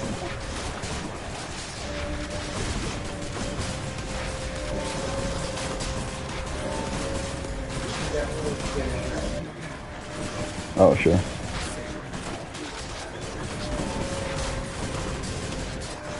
I have no idea who's winning right now. Oh, I think I'm gonna do it. Fuck you, Death. You can do it! Cut his fucking head off! Oh yeah, check out some Dionysus, getting everybody drunk. Chamber secured. The only thing that's really, well, I mean, I guess it's not the only thing, but the thing that really sucks about Alex being in the chat instead of in person is if we start talking about gnomes too much, he could leave. You're easy to track Yeah. down. My cat just scared herself awake by sneezing in her sleep. That's adorable. Funny. Wait, what'd you just say about Alex? Oh, I said if we start talking about how he fucks gnomes too much, he could leave. Because this is just in the chat. Oh, right. Like, you can't run That's away true. from it in person, you know? That's true. Because I'll lock the door. Alright. Got some gnomes in front of it. Entertain us, do a silly dance, eat all this food, yes, turn around and play the game like an owl, do a stream from Afghanistan, Male's I cats didn't to even name, see the Afghanistan Hera one. needs some exercise and they can chase her around. That's it. Oh. That wasn't that bad. Yeah, I'm not doing any of that, though. Let's see. What's for sale? What are you buying? Yeah. I wish. That the merchant from Resident Evil was in Hades. I wish the merchant from Resident Evil was in every game. Yeah, fair enough. Michael is not a team player. No, I guess No, not. I'm on Team Michael. Yeah. You're on Team Michael, that's, I mean, I guess there you go. It's permitted in this chamber. That's kind of fucked up to say, Zagreus. He's gonna break everybody's shit. Yeah. Let's see. I like that I said that, and then I am the one breaking everybody's shit. Right. Let's see. Do I want Demeter's thing? Yeah, let's get some help. Yeah.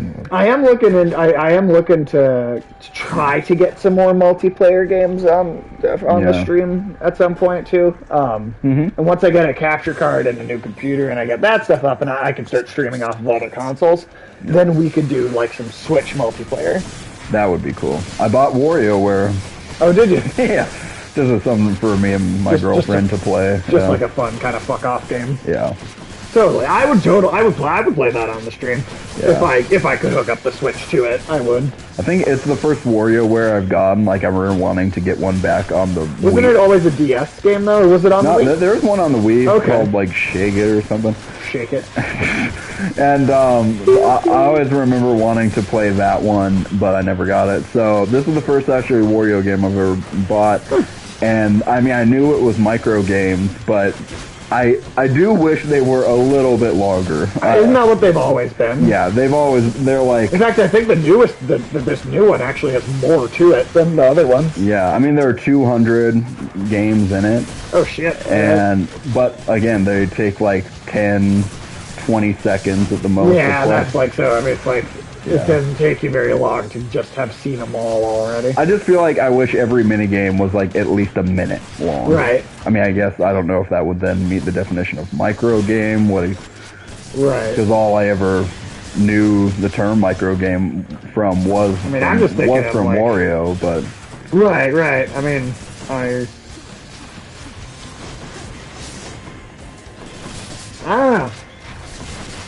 I don't know. I'm trying to think of anything else that has that short of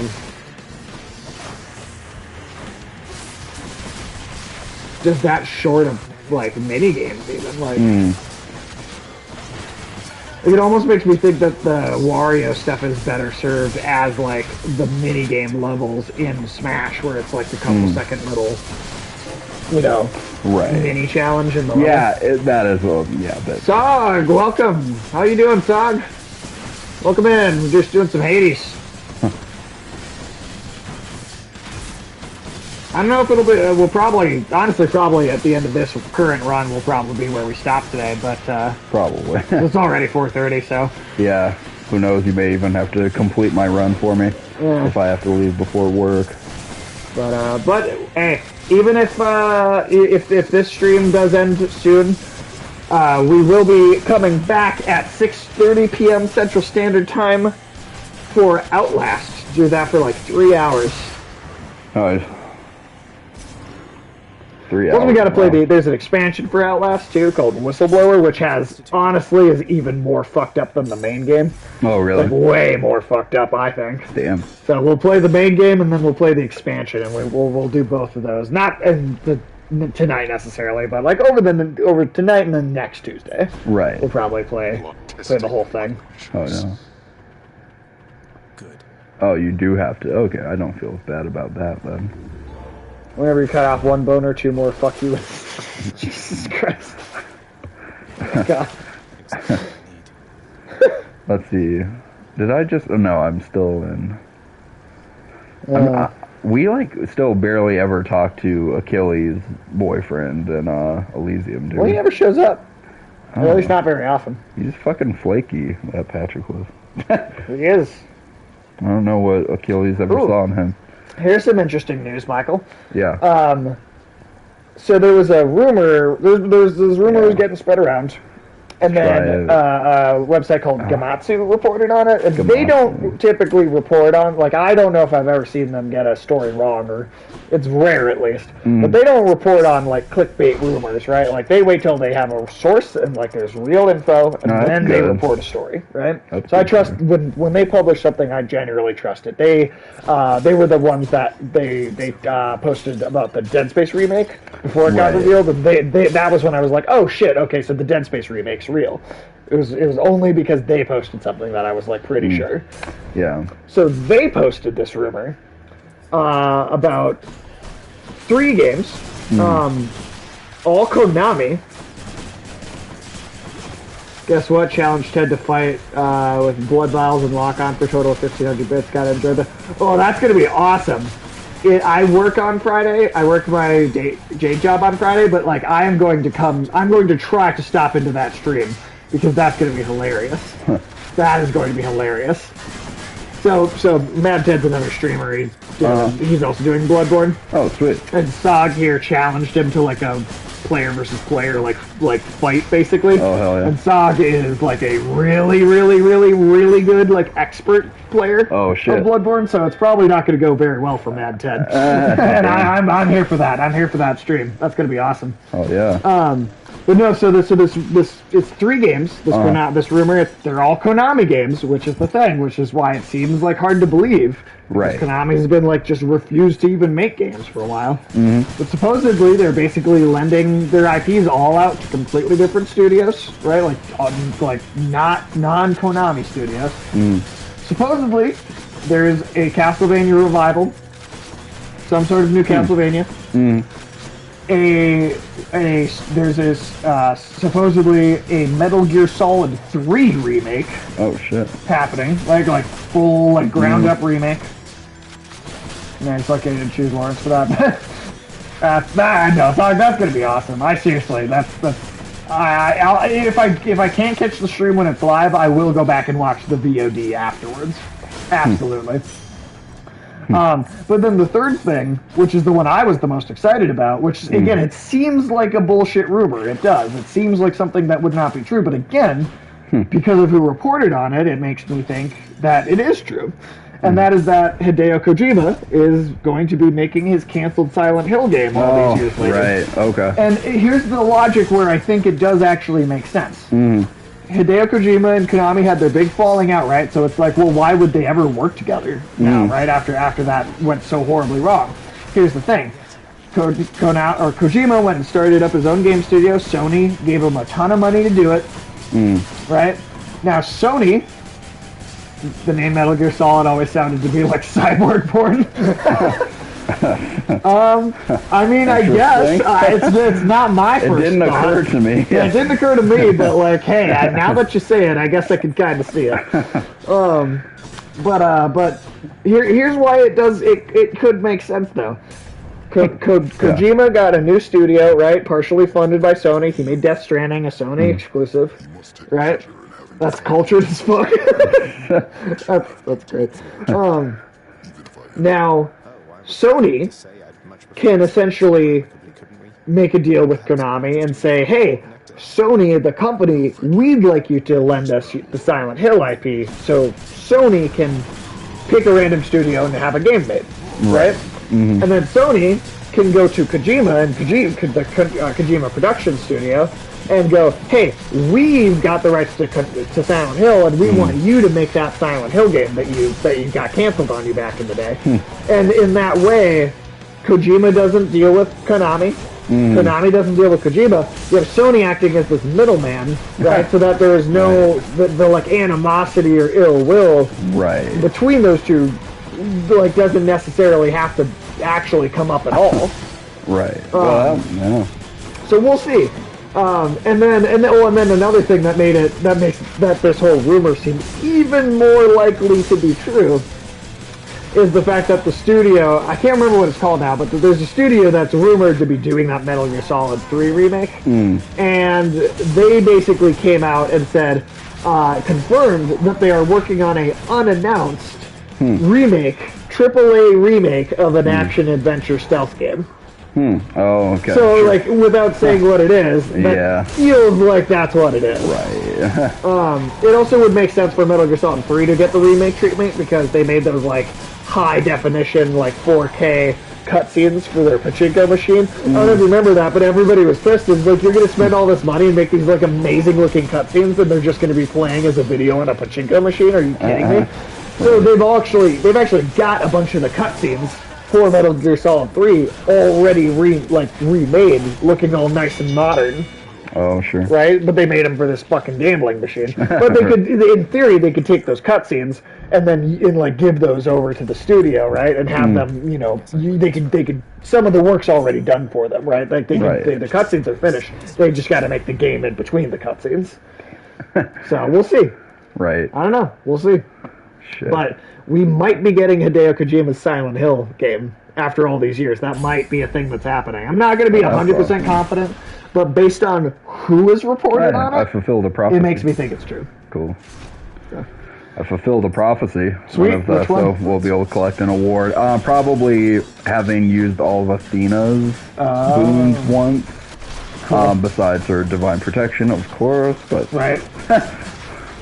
Which it still doesn't want to get. I honestly feel like it's even harder to get like that perfect, at least that specific set of stuff. Yeah.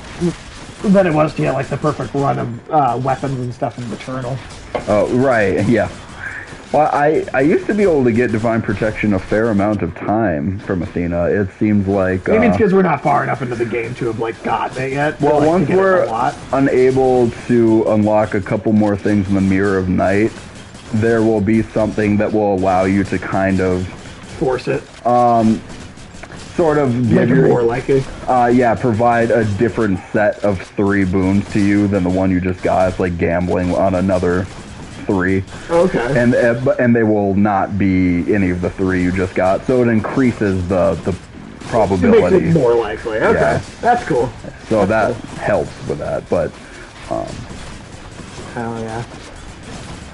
And again, even with divine protection, you're not invincible. Right. But it does help. Yeah. Because the second it takes a hit, then it has to kind of regenerate itself. So. Oh, okay. Let's see.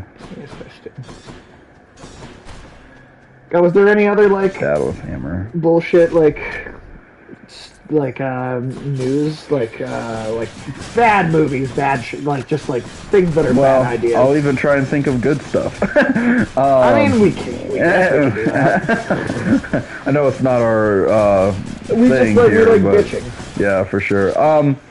I mean, I've only so far watched the first episode of it, but there's been a new Mike Flanagan series on Netflix. Yeah, I watched the whole thing. Did you already? I liked it. I liked it a lot. Was it better than the second show he did? Oh, the Bly Manor one? Yeah. Yeah, I didn't like Bly Manor at all.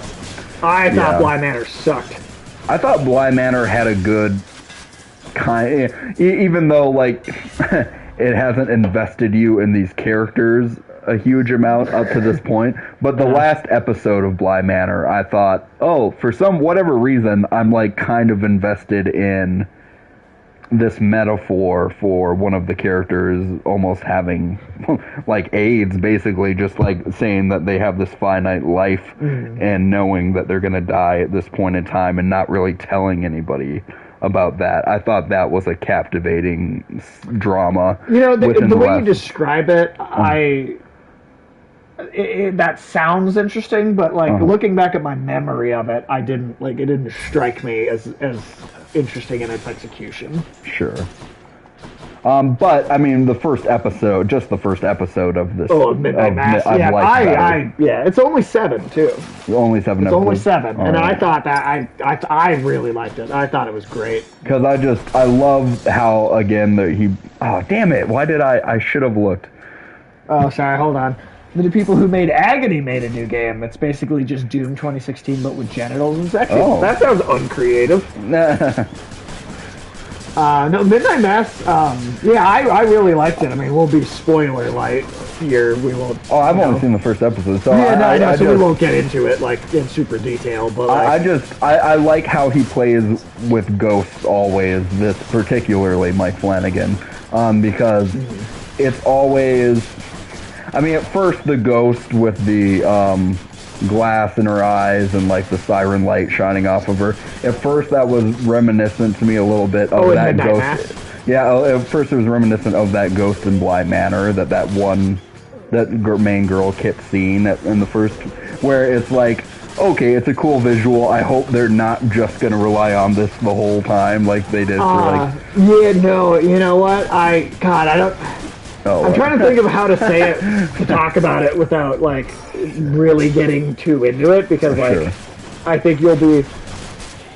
But there is so much more of course, to the horror. The Wendigo-type creature they show in the first episode, I love that, because the fact that it's on this little Nantucket-type island where it's just constantly ravaged by storms, and it's, like, interesting because it's, like, it's hard for other people to see what you're seeing. Sure.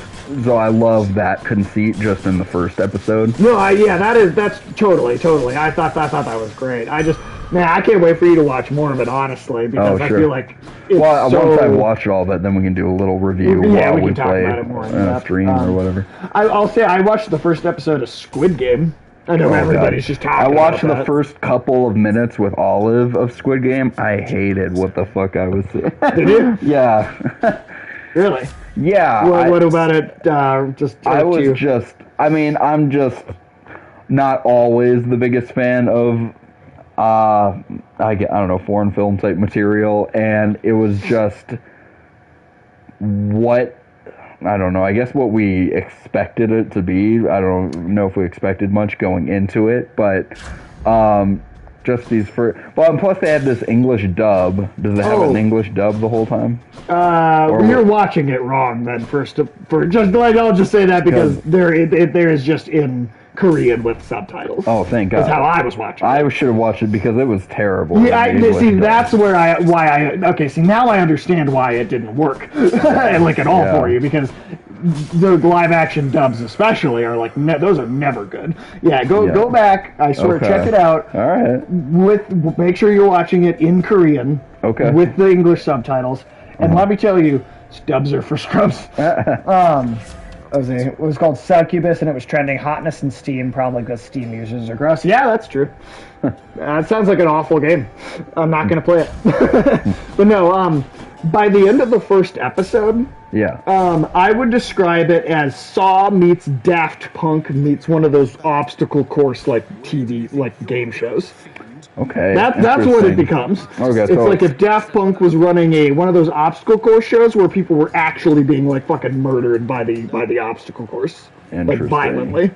So it's just very weird in a Korean unique kind of way. Yeah, it's weird for sure, but it is a slow start. It feels like a completely just kind of real world drama for the first Yeah, I was not into the drama for the first but once it takes some time, and once it gets going, it's got really most of the first episode is just trying to sell you on how much this guy's life is just a complete dumpster fire and just a complete piece of shit, and to sell you on the idea of how desperate he has to be to sign up to be in a game show where people are going to be fucking murdered.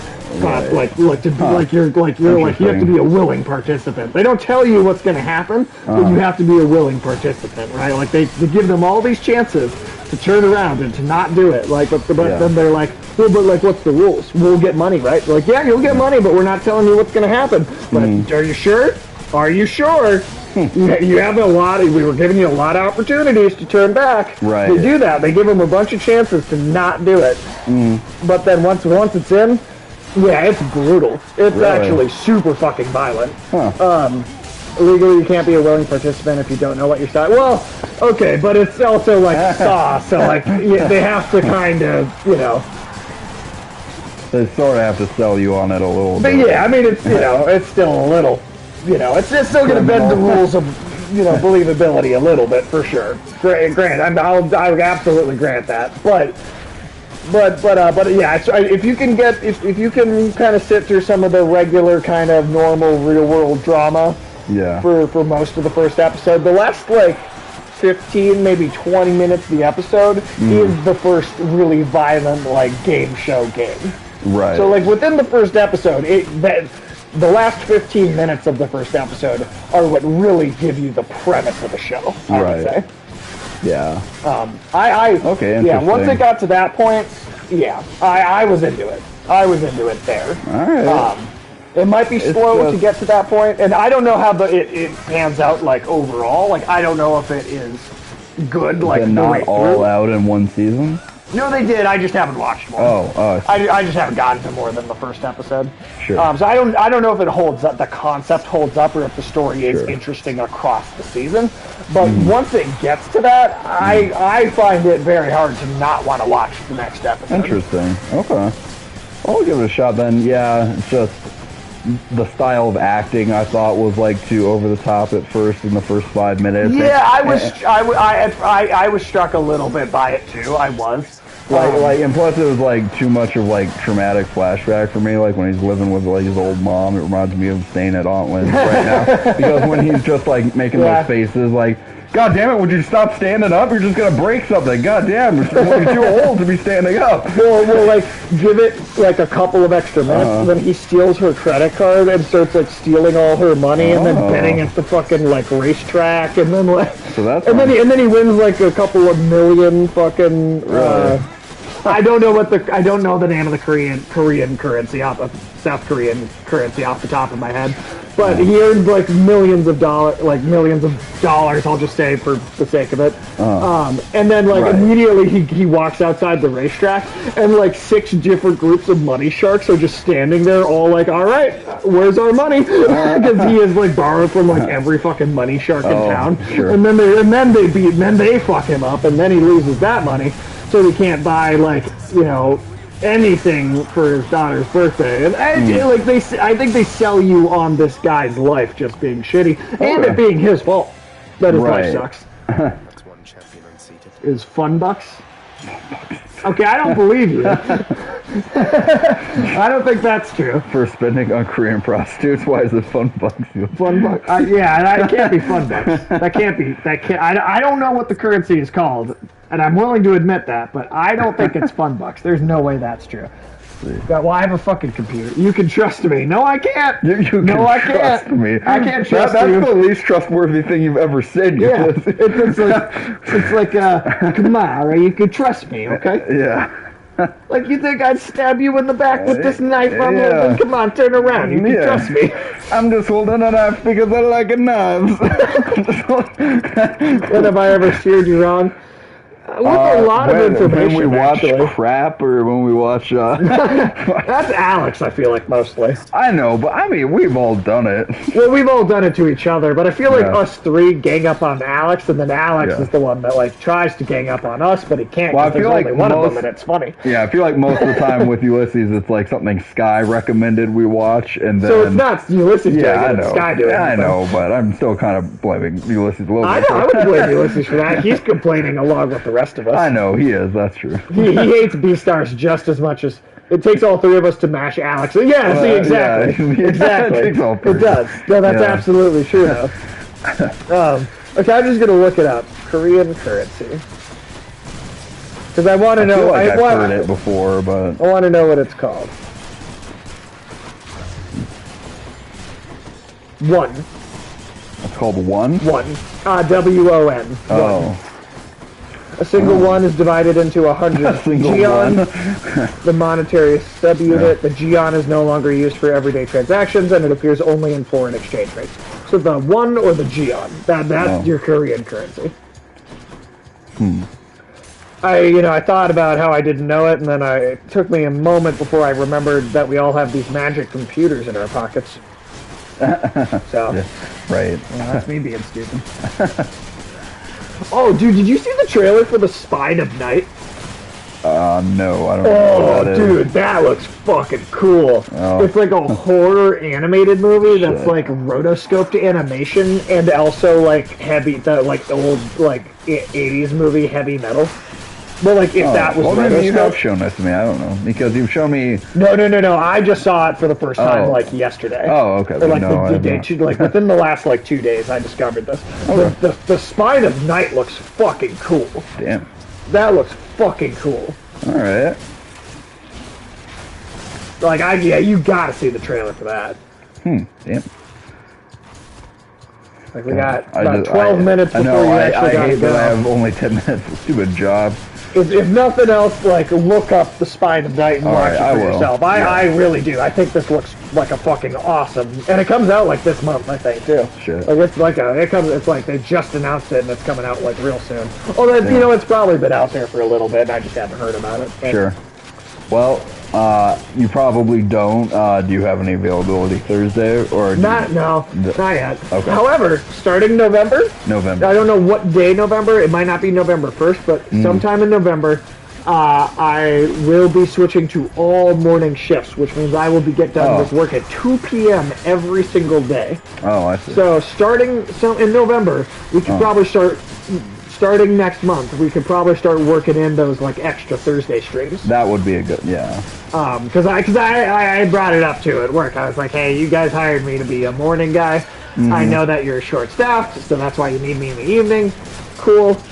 When you don't need me in the evening anymore, though, like I said, hey, I'll be here for you because I know this is what we need right now. But when you can make it happen, please get me switched to mornings every day.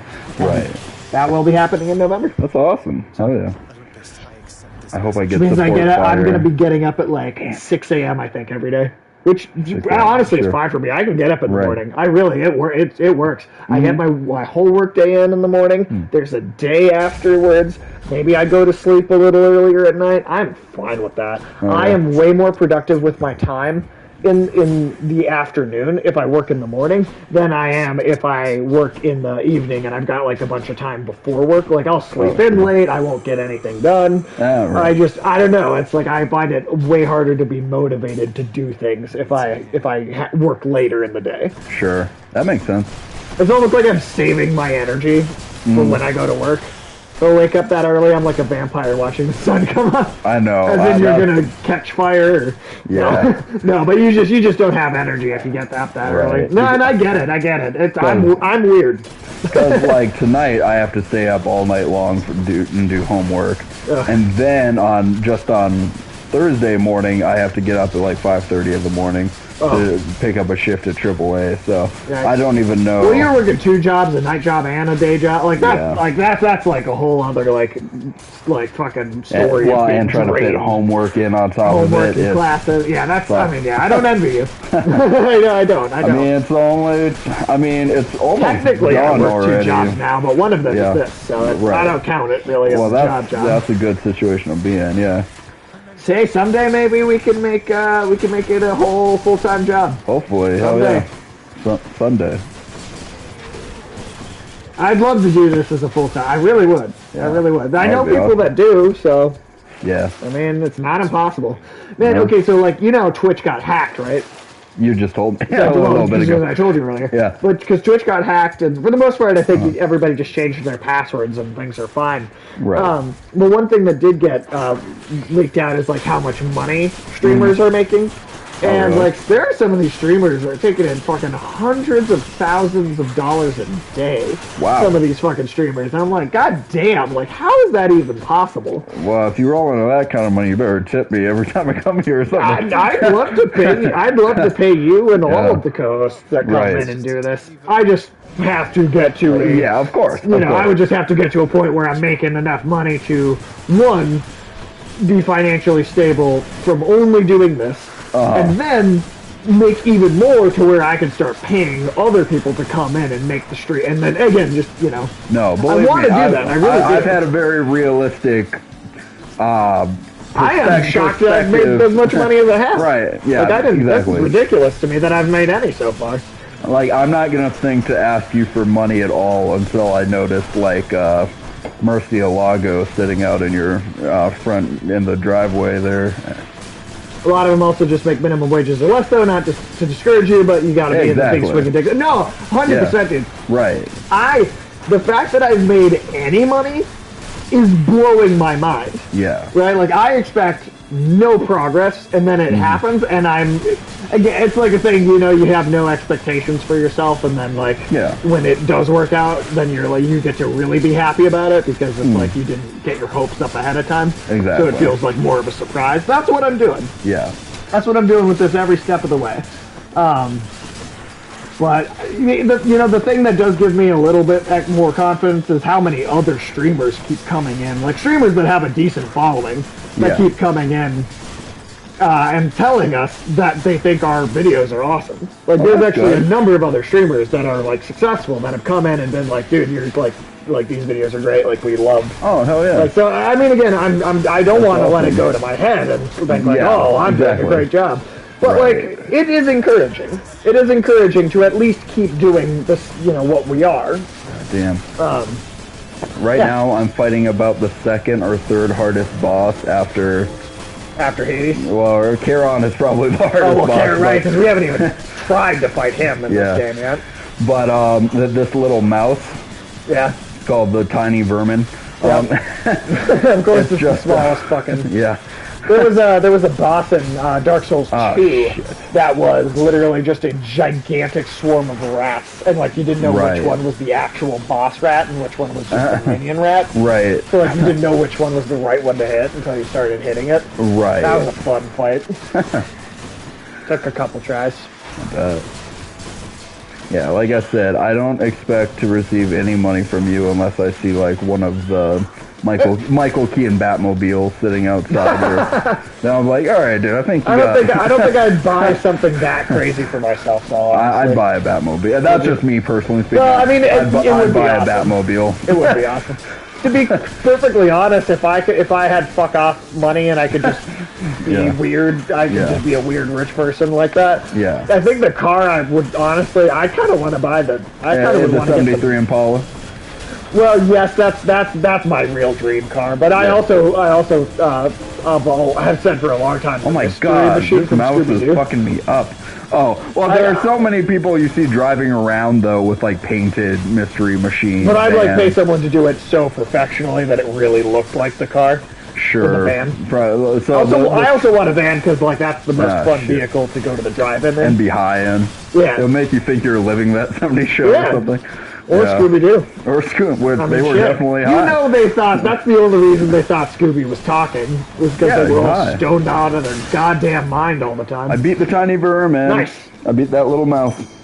Beat that little mouse's ass. No, not that 90s show. No.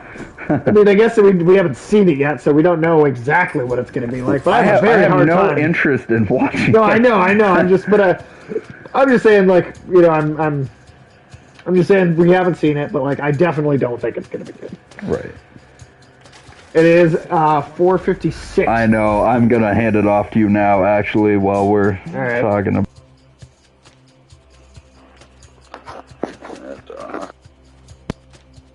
As unfortunate as it is that you're going to have to go. Is it? Well, the light didn't even turn orange. That's because I hit the button first. Oh, thank you. Yeah, yes, I figured I'd plug in just to say goodbye, basically, but, Well, yeah, man, it was always awesome to have you. Yeah, it was good hanging. No problem, just quit your job. I don't want think you can to. do that. My plan is to do that very soon, December, January, yep. Oh, really? Well, yeah, because I'm gonna move to Rochester, so I need to... Oh, that's right, because, yeah. Yeah, and... I mean, that's too far to drive every day. Well, literally all I'm working on... Because the grift in our society is using you. I mean, you're not wrong. Yeah. Basically, I just need to wait for the tuition reimbursement check they send me in the mail to clear. Okay. The second that check clears... I mean, I'll put in a 2-week notice because I've worked there almost 5 years now. Right. So it'd be stupid to... Sure. You know, just leave when you invested that much time in a job. Rebel by sitting around playing 24/7 Hades. I've already done that. I've already done that. I wasn't rebelling against anything except my own sleep schedule at the time. Well, you know, maybe someday. If we make enough money off of this, maybe. I'd do a 24/7 hour stream. That'd be fun. If we actually could. Yeah. Well, yeah, I mean, like that's the thing. If we had financial stability to where we literally could do that, and it just didn't matter. Well, that's what I'm saying. Like, if we're ever in a position, I think it even. Well, I mean, I just did a 15-hour Alan Wake marathon. Right. So, like, not that a marathon, we don't have to be making that much money to do an occasional marathon stream. We just got to plan it out and really set time aside. Yeah, exactly. It'd have to be like probably on a weekend or something. Right. But which I work weekends. Yeah. Oh, so. Right. So it's hard to do it on that time. Like even the Alan Wake stream, I did that on a fucking Tuesday. Right. Like a Monday night and then all day like Tuesday. Yeah. Right. How was that?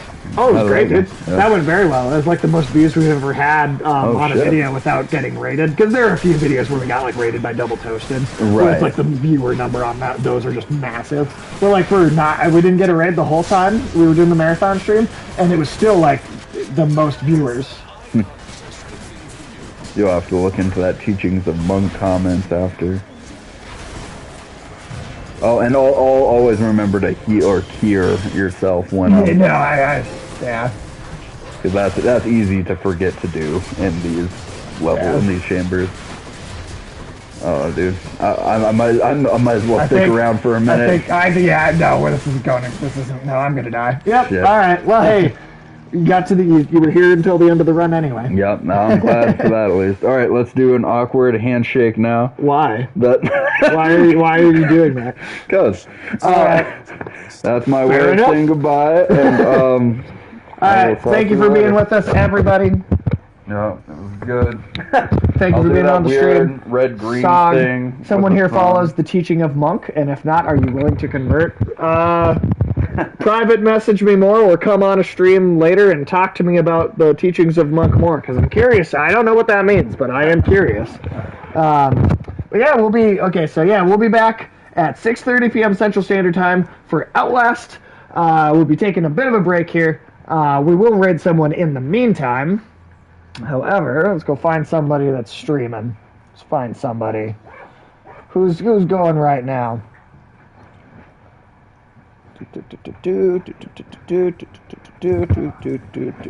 Hey, Stash is streaming. Let's raid Stash. He's been very kind. Very kind. Raided us and given us a bunch of support. All right, I'll see you next Tuesday. All right, dude. Just doing some shameless advertising. Hey, I love it. Do it. But yeah, hell yeah, Michael. See you next Tuesday. All right, so we're gonna raid stash here.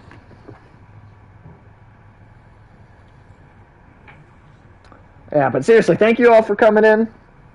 Seriously, do appreciate it. Sog, thanks for coming to hang out. Ulysses, there were a ton of people in here today. I can't even say all your names. Thank you all so much for the time and attention, and we will be back in about an hour and a half.